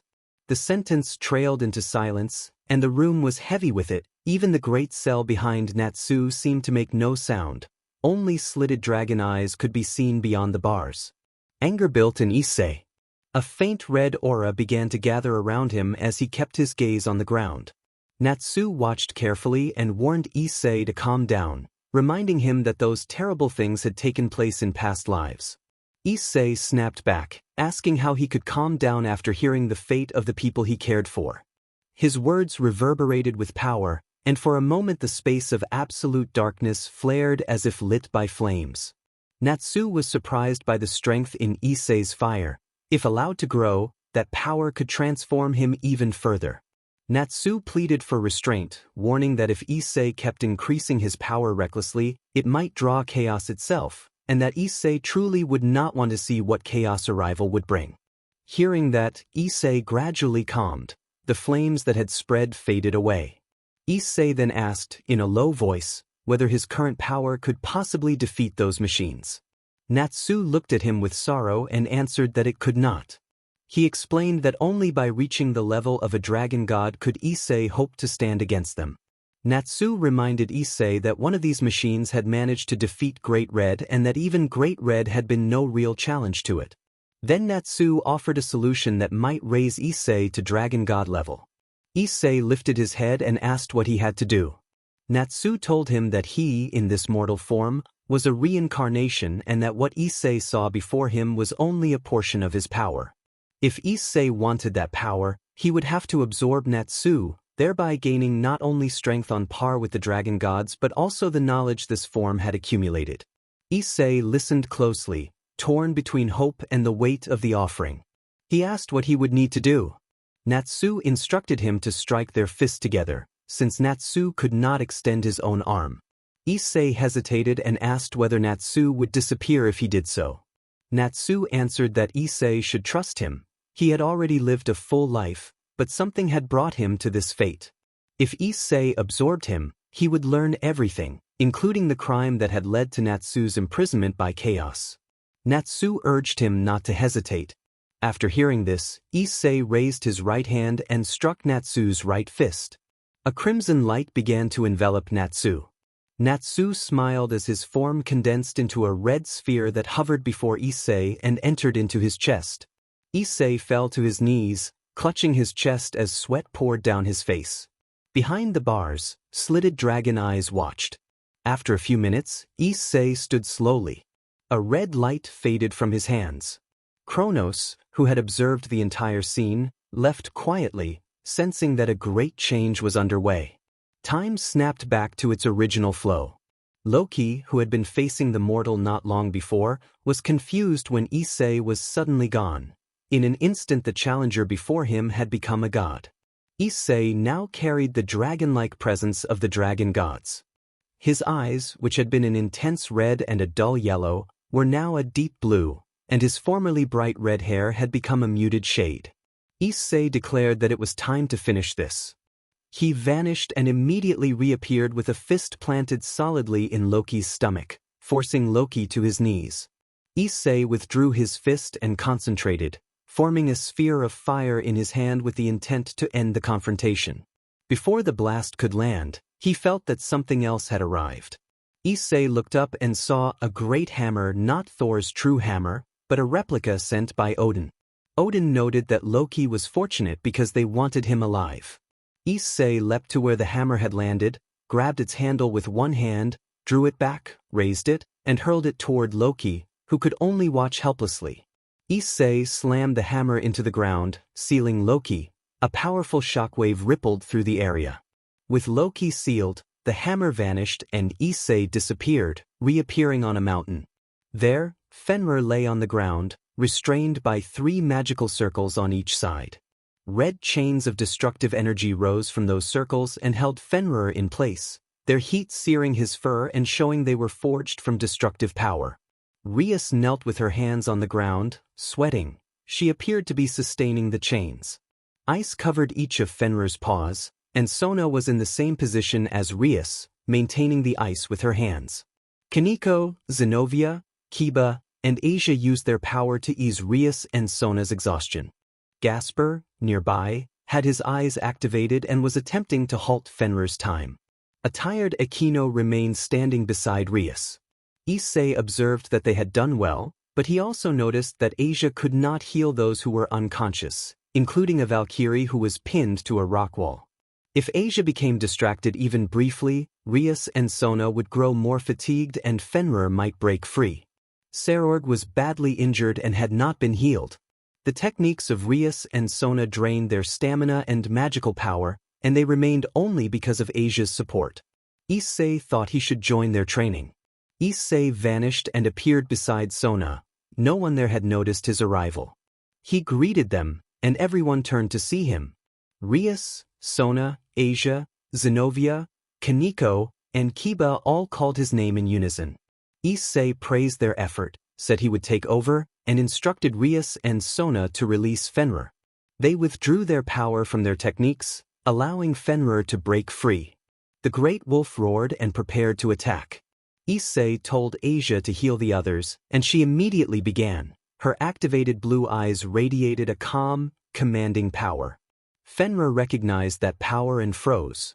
Issei walked toward the trembling wolf while the others watched in awe at his composure and Fenrir's reaction. Standing before the great beast, Issei presented Fenrir with a choice. His father had been defeated, and Fenrir could suffer the same fate, or he could join Issei and become his second familiar, with the promise that no one would harm him while he was under Issei's protection. Fenrir shrank and made his decision. He would follow Issei as one of his familiars. 2 days later, Issei lay on his bed, feeling relaxed as Grafia gently massaged his back to ease the tension left by the encounter with Loki. They had returned to report Loki's defeat and sealing.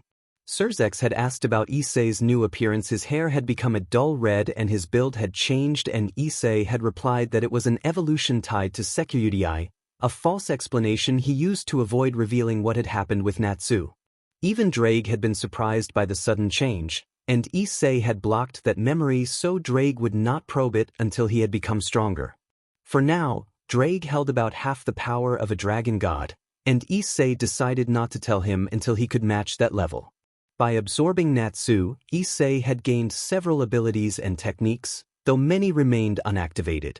He now possessed advanced time manipulation that could surpass Kronos when activated, spatial manipulation that could deform and control space, absolute immunity to external time effects, immunity to existential erasure, resistance to mental control and illusions, control over the void, immunity to void-based magic and effects, potential to create and destroy organic and inorganic matter, potential for perfect immortality, and nascent degrees of omnipresence, omnipotence, and omniscience, all of which were not yet fully activated. Before the change, Issei had felt uneasy about why he did not belong in that world. Understanding the truth had made him feel liberated and more comfortable. The weight that had pressed on him was gone, and he understood why he cared so deeply for the people close to him. His fusion with Natsu had not granted him every ounce of Natsu's power, since even Natsu had not fully mastered the void. The void was a force beyond every concept, beyond rules, time, and space. It was comparable to the chaos that had fashioned all that exists and does not exist, except for the dragon gods. The void that not even chaos can order. Issei understood more now about Natsu, about his past and how he had arrived in this world, and about how he had gained the power of the void. Everything fit together. The mystery of why he had lived 9 lives and now 10, tied to the way the fabric of creation and chaos could reset. Issei opened his eyes to find Grafia asleep beside him. He smiled at her and greeted her in the afternoon, calling her a sleeping beauty, and Grafia woke, blinking and clearly embarrassed by his attention. Issei told Grafia that he would join the girls' training that day and that Kiba would likely come as well. Grafia remained quiet but continued to show a gentle blush. Issei thanked her for being there, and with a shared smile they went downstairs so Issei could begin training everyone again. In the dimensional rift where mortals would be erased and where only those with dragon power or divine protection could survive, Great Red flew through the void, performing pirouettes and passing through portals that led to other dimensions that collapsed as his majestic wings swept past. As Great Red prepared to enter another portal, he felt time freeze. He shifted course and used his power across the dreamscape, observing that time had halted for every mortal, immortal, and god. Only one being in existence could affect even the gods in that way, Kronos. Great Red was troubled that he could not sense the presence of Issei, the reincarnation of Natsu Dragneel, who had once fought him and given him a true challenge. Great Red recalled the scar across Natsu's chest and knew that Natsu had borne the power of the void without fully mastering it. If Natsu had complete control, he would rank with the dragon gods and the primaries of chaos, Kronos, order, death, and the universe. Great Red remembered the one time he had seen Natsu unleash the void in full. When Natsu stripped the being known as the Beast of the Apocalypse, the 666 Trihexa, of its body and true name, and removed that threat from existence. While Kronos had stopped time, Great Red sensed that the dragon gods and other divine beings were not frozen in the same way. When time resumed after an almost imperceptible pause, Great Red again sensed Issei, but now his presence was different, far stronger. The aura was that of a dragon god. Issei might not yet have the power to battle on equal terms, but he had risen to the level of the dragon gods. Great Red declared that all the dragon gods must convene, with one exception. He suggested that a confrontation between himself and Hyde Issei had once been more than a rumor and warned Issei to hurry because time was running out and a reset approached. Great Red laughed as his voice echoed through the rift, shattering hundreds of dimensional portals and destroying those dimensions in the process. Ophis was elated. The one she loved was about to become a dragon god. She moved through a fragmented space and found a figure seated on one of the fragments. She approached and noted that her brother was difficult to find. Ophis spoke to her brother to tell him that she had come for him because a new dragon god would be named and he had to be there. The seated figure, Ionios, turned to look at her and asked who it was. Ophis told him that the mortal's name was Hyde Issei and that his dragon god name would be Issei Dragneel. Ionios asked if she meant Dragneel, recalling the name of Natsu Dragneel, a former candidate for dragon god. Ophis explained that Hyde Issei was Natsu's reincarnation. When Ionios asked why she sounded so proud speaking of Hyde Issei, Ophis admitted with joy that she spoke with pride because Issei was the only being she had ever fallen in love with. Ionios's eyes widened, and Ophis switched to a serious expression, warning him that if he dared harm Issei, he would see how dangerous she could be. Ionios asked if she was threatening him, and Ophis replied that it was a simple fact, not a threat. Purple eyes met as both raised their auras and power, causing the fragmented space around them to shake. Ionios conceded that he would do nothing and said farewell, assuring Ophis that he would attend the meeting. Ophis replied farewell, and Ionios disappeared from the place. Ophis, watching the space already broken, closed her hand and made the entire area vanish, leaving a void in that dimension. Then she departed. At the edge of the universe, a boy named Owari stood holding a cube that contained time. A purple-haired woman with striking attire appeared. Owari, his eyes red, held the cube and asked what she was doing there. The woman, Calamity, responded cheerfully with a teasing tone that she had come to visit an old friend. Owari, his voice flat and emotionless, said he would not ask again and demanded to know what she wanted. Calamity sighed with resignation and teased that Owari was no fun. She informed him that Great Red had summoned them because a new dragon god would be proclaimed. Owari told her to leave, and Calamity vanished, leaving him alone with the cube. Owari inspected the cube and thought that, while he did not possess time's power like Kronos, Chaos, Order, Great Red, or the Void, he could trap time within that cube. He laughed softly at the idea of imprisoning an entire dimension's time and mused that it would not be long before he could confine Kronos himself. Later, in Issei's basement, the girls were on the floor while Kiba, standing beside Issei, wore a nervous expression and remarked that Issei might have gone too far. Issei explained that the girls had asked to face him and that he had agreed. He noted they had all grown stronger over the past 3 weeks since the Loki incident. Issei turned to see Gasper collapsed on the floor. Kiba went to help him, and Issei observed that even Gasper had improved considerably. Asia hugged Issei, smiling, and he returned her smile. Issei then announced that everyone should bathe first and eat afterward, and the group agreed. In his mental realm, Issei sought Drake, who was assimilating his new power after Issei had absorbed Natsu. Drake had asked many questions when Issei first absorbed Natsu, and Issei had promised to explain everything once he reached dragon god power, so Drake had dedicated himself to increasing his own strength. Issei had asked Drake to absorb the Phoenix's flames, since Issei felt he would no longer need them, and Drake had taken them in before falling into a sleep to adapt. When Issei arrived, he waited until Drake's new form opened its eyes and rose. Issei asked how Drake felt, and Drake answered with an imposing voice that he felt capable of incinerating the world, even the universe, an overwhelming sense of destructive power. Issei said he was glad to hear it but wanted to verify whether Drake's strength matched the level Issei had reached after the Loki incident. Issei approached and touched Drake's larger paw. Sensing the power, he confirmed that Drake had indeed attained dragon god strength. Issei then told Drake he could now explain everything about himself and Natsu, and Drake said he would listen attentively. Issei confronted Great Red in a dimensional rift and demanded to know why Great Red allowed himself to be harmed by that machine. Great Red, appearing in human form, replied that, because, was the only answer Issei would receive. Issei increased his aura and power, shattering rocks the size of small islands nearby, but Great Red remained unmoved and warned Issei that reaching Dragon God power did not mean he could defeat an established Dragon God. Great Red explained that Issei and Drake, though they had attained Dragon God power, were still at the lower end of that rank compared to the current 6 Dragon Gods and advised Issei to calm down. Great Red's power then overshadowed Issei, but Issei continued to push his own strength. Issei said that after absorbing Natsu he had gained all of Natsu's knowledge, including the voids, which he estimated at 55% of its full power.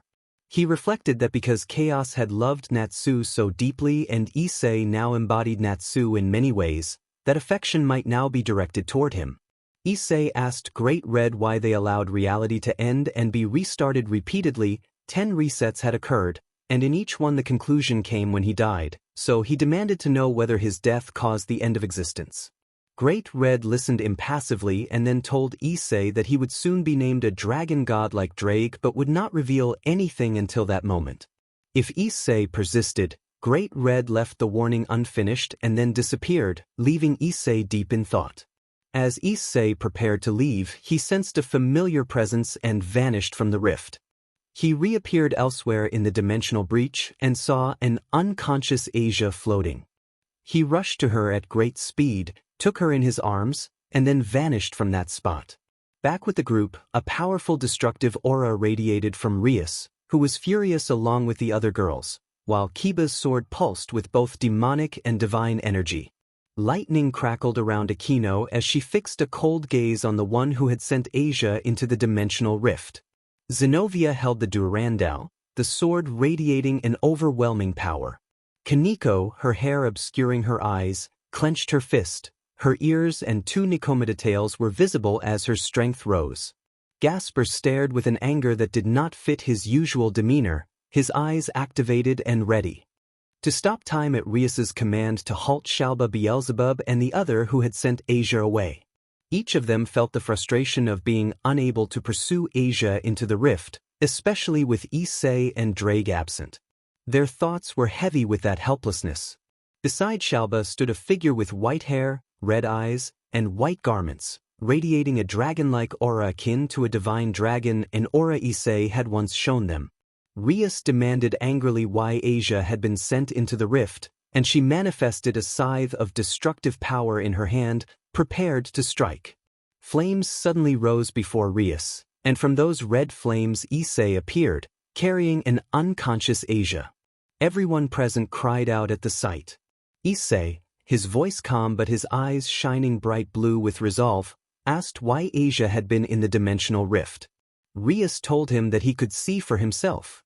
Issei handed Asia to Akino, who took her with tears in her eyes. Then Issei touched Rias's forehead and viewed the events that had occurred since Rias had last gone to speak with Great Red. Through Rias's memories, Issei saw that a man named Diodora Astaroth had sought an exchange of pieces and wanted Asia, but Rias had refused, declaring that Asia was not part of her noble assets and would not be traded. Later, a white-haired youth with red eyes and white clothing had appeared and taken Asia. They had traveled to the underworld and fought Diodora's factions while Sona and Rosweiss clashed with the Cow's Brigade, led by descendants of former demon lords. Rias's team had defeated Diodora's nobles, and Rias had decisively defeated Diodora himself, destroying his power and freeing Asia, who had been bound by roots. Everything then escalated when Shalba Beelzebub and the boy with the dragon aura appeared. The boy had raised his arm and caused Asia to vanish, bringing events to the moment when Issei had arrived.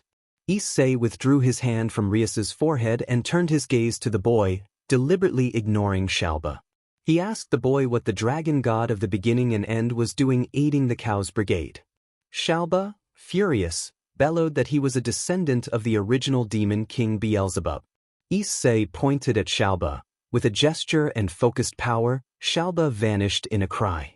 The white-haired figure laughed, a wild, amused sound, and told Issei that he was entertaining. He threatened to finish Issei now and end the matter of the new dragon god. As the dragon god lunged toward Issei, a new presence manifested. Ophis appeared at Issei's side, her serious expression stopping the assailant in his tracks. The dragon god mocked Ophis and Issei, vowing destruction before disappearing. After the dragon god left, Issei asked Ophis about his strength. Ophis explained that in terms of power the dragon god ranked third, Ophis herself placed second, and the first was Great Red. Hearing this, Issei understood the gravity of the situation and resolved that, to change the fate that had ended his previous life, he needed to grow stronger and fully master the power of the void. They decided to return home. Ophis disappeared, heading toward Issei's house. Chapter 18. Ophis arrived and informed Issei that the heroes faction was pursuing the Yukai leader Yasaka. Issei, with a serious expression, considered his options. He acknowledged that he would likely have to help the Yukai faction, especially with the school trip to Kyoto approaching. He also wanted to see Cao Cao again now that he felt far stronger and no longer viewed him as a threat. The situation grew more complicated when Ophis revealed that the dragon god of the beginning and end was aligned with the Cow's brigade. Issei watched his friends training in the distance. After recent events, he had increased their training regimen. He had created a door in the basement that connected to a high-gravity dimension and scheduled training sessions for Saturdays and Sundays to build their strength. Time in that dimension flowed differently than on Earth. One day there lasted 5 hours by Earth's measure. Ajuka Beelzebub kept apologizing to Issei and the others because his younger brother had been one of those responsible for the incident. Issei, with a cold look in his eyes, told him to be grateful that his brother was dead, implying that the consequences would have been far worse if he had lived. Calming slightly, Issei kept his eyes activated. He had nicknamed his new vision Chronogon. He had discovered several abilities tied to those eyes and knew that others remained sealed for some unknown reason. No matter how hard he tried, he could not access them. From what he had learned, he also knew he would meet Natsu again and had a sense of when that would happen. There was a third and final gate he now had the power to open but could not bring himself to try, and he did not know why. Lying on his bed, Issei thought about the events that would soon unfold, the kidnapping of Yasaka by the heroes faction among them. He understood many things. After all, he was living his 10th and final life. When the door to his room opened, he already knew who it was. She was the only other person in the house besides him. He could not say why the others were absent, not even Graphia, Gabriel, or Ophis. He opened his eyes and saw Rias enter wearing simple night clothes. Rias admitted that she liked the sight but asked where the other girls were. She explained that they had spoken among themselves and decided by a contest who would try to cheer him that night, and that she had won. Rias approached with a confident, affectionate stride while Issei, still processing her words, wondered to himself what she meant by being treated that night. Rias sat beside him on the bed and looked at him with her blue-green eyes. She told him that they had all noticed he had been acting strangely and did not want to overwhelm him by appearing all at once, so they had chosen by rock paper scissors who would be with him. She and Gabriel had been the finalists and Rias had won. With a gentle smile, Rias pressed her lips to Issei's and he allowed her to take the lead. They shared a tender, lingering kiss that eased some of the tension between them. As their closeness deepened, Issei began to move but Rias gently stopped him, saying she would take care of him if he wished, and shifted the moment into something quiet and comforting. They stayed close, exchanging warmth and support, letting their emotions speak where words could not. Rias revealed that she had prepared herself because she wanted to show how much she cared. She had been studying ways to be more attentive and had wanted this night to reassure him. Overwhelmed, Issei apologized and admitted he felt he could not continue, though he looked at Rias with evident affection. Rias reassured him that she was there for him tonight and that he need not hold back from receiving comfort. They embraced and kissed again, more gently this time. Issei had expected to take the lead, but Rias surprised him with her steadiness, and they held each other close. The moment settled into a quiet intimacy, a shared refuge before the difficult events to come. Rias placed her hands on Issei's back. They later spent some private time together, then rested. After a while, they lay together on the bed, both exhausted. Rias rested against Issei's chest. Rias asked if he was feeling better. Issei looked into Rias's scarlet eyes and told her that he felt great and that he wanted to remain like that forever, without problems, with all the women he loved. Rias called his name softly. Issei promised that he would protect them with all his strength no matter what happened, no matter where he was or what he was doing, even if it meant facing chaos itself. Rias, speaking for herself and the other girls, promised that they would become much stronger so that Issei would not have to worry about them and could be proud knowing they could defend themselves against future threats. Issei began to speak, but Rias gently placed a finger on his lips and hushed him, saying that even if they became stronger he would still come to help them, and that was why they all loved him. Those words filled Issei with happiness. Rias slowly closed her eyes and drifted off to sleep while still holding him. Issei snapped his fingers and with a small motion he tidied the bed in the room. Then he, too, fell asleep. In his mind Issei walked through darkness. Before him stood 3 massive doors, each taller than the last. 2 were open. He did not know why he was there. He had not entered his own mind. Someone else had called him. He walked past the first 2 doors with a calm face and reached the 3rd. He was not surprised when he saw the person he knew he would meet again, Natsu.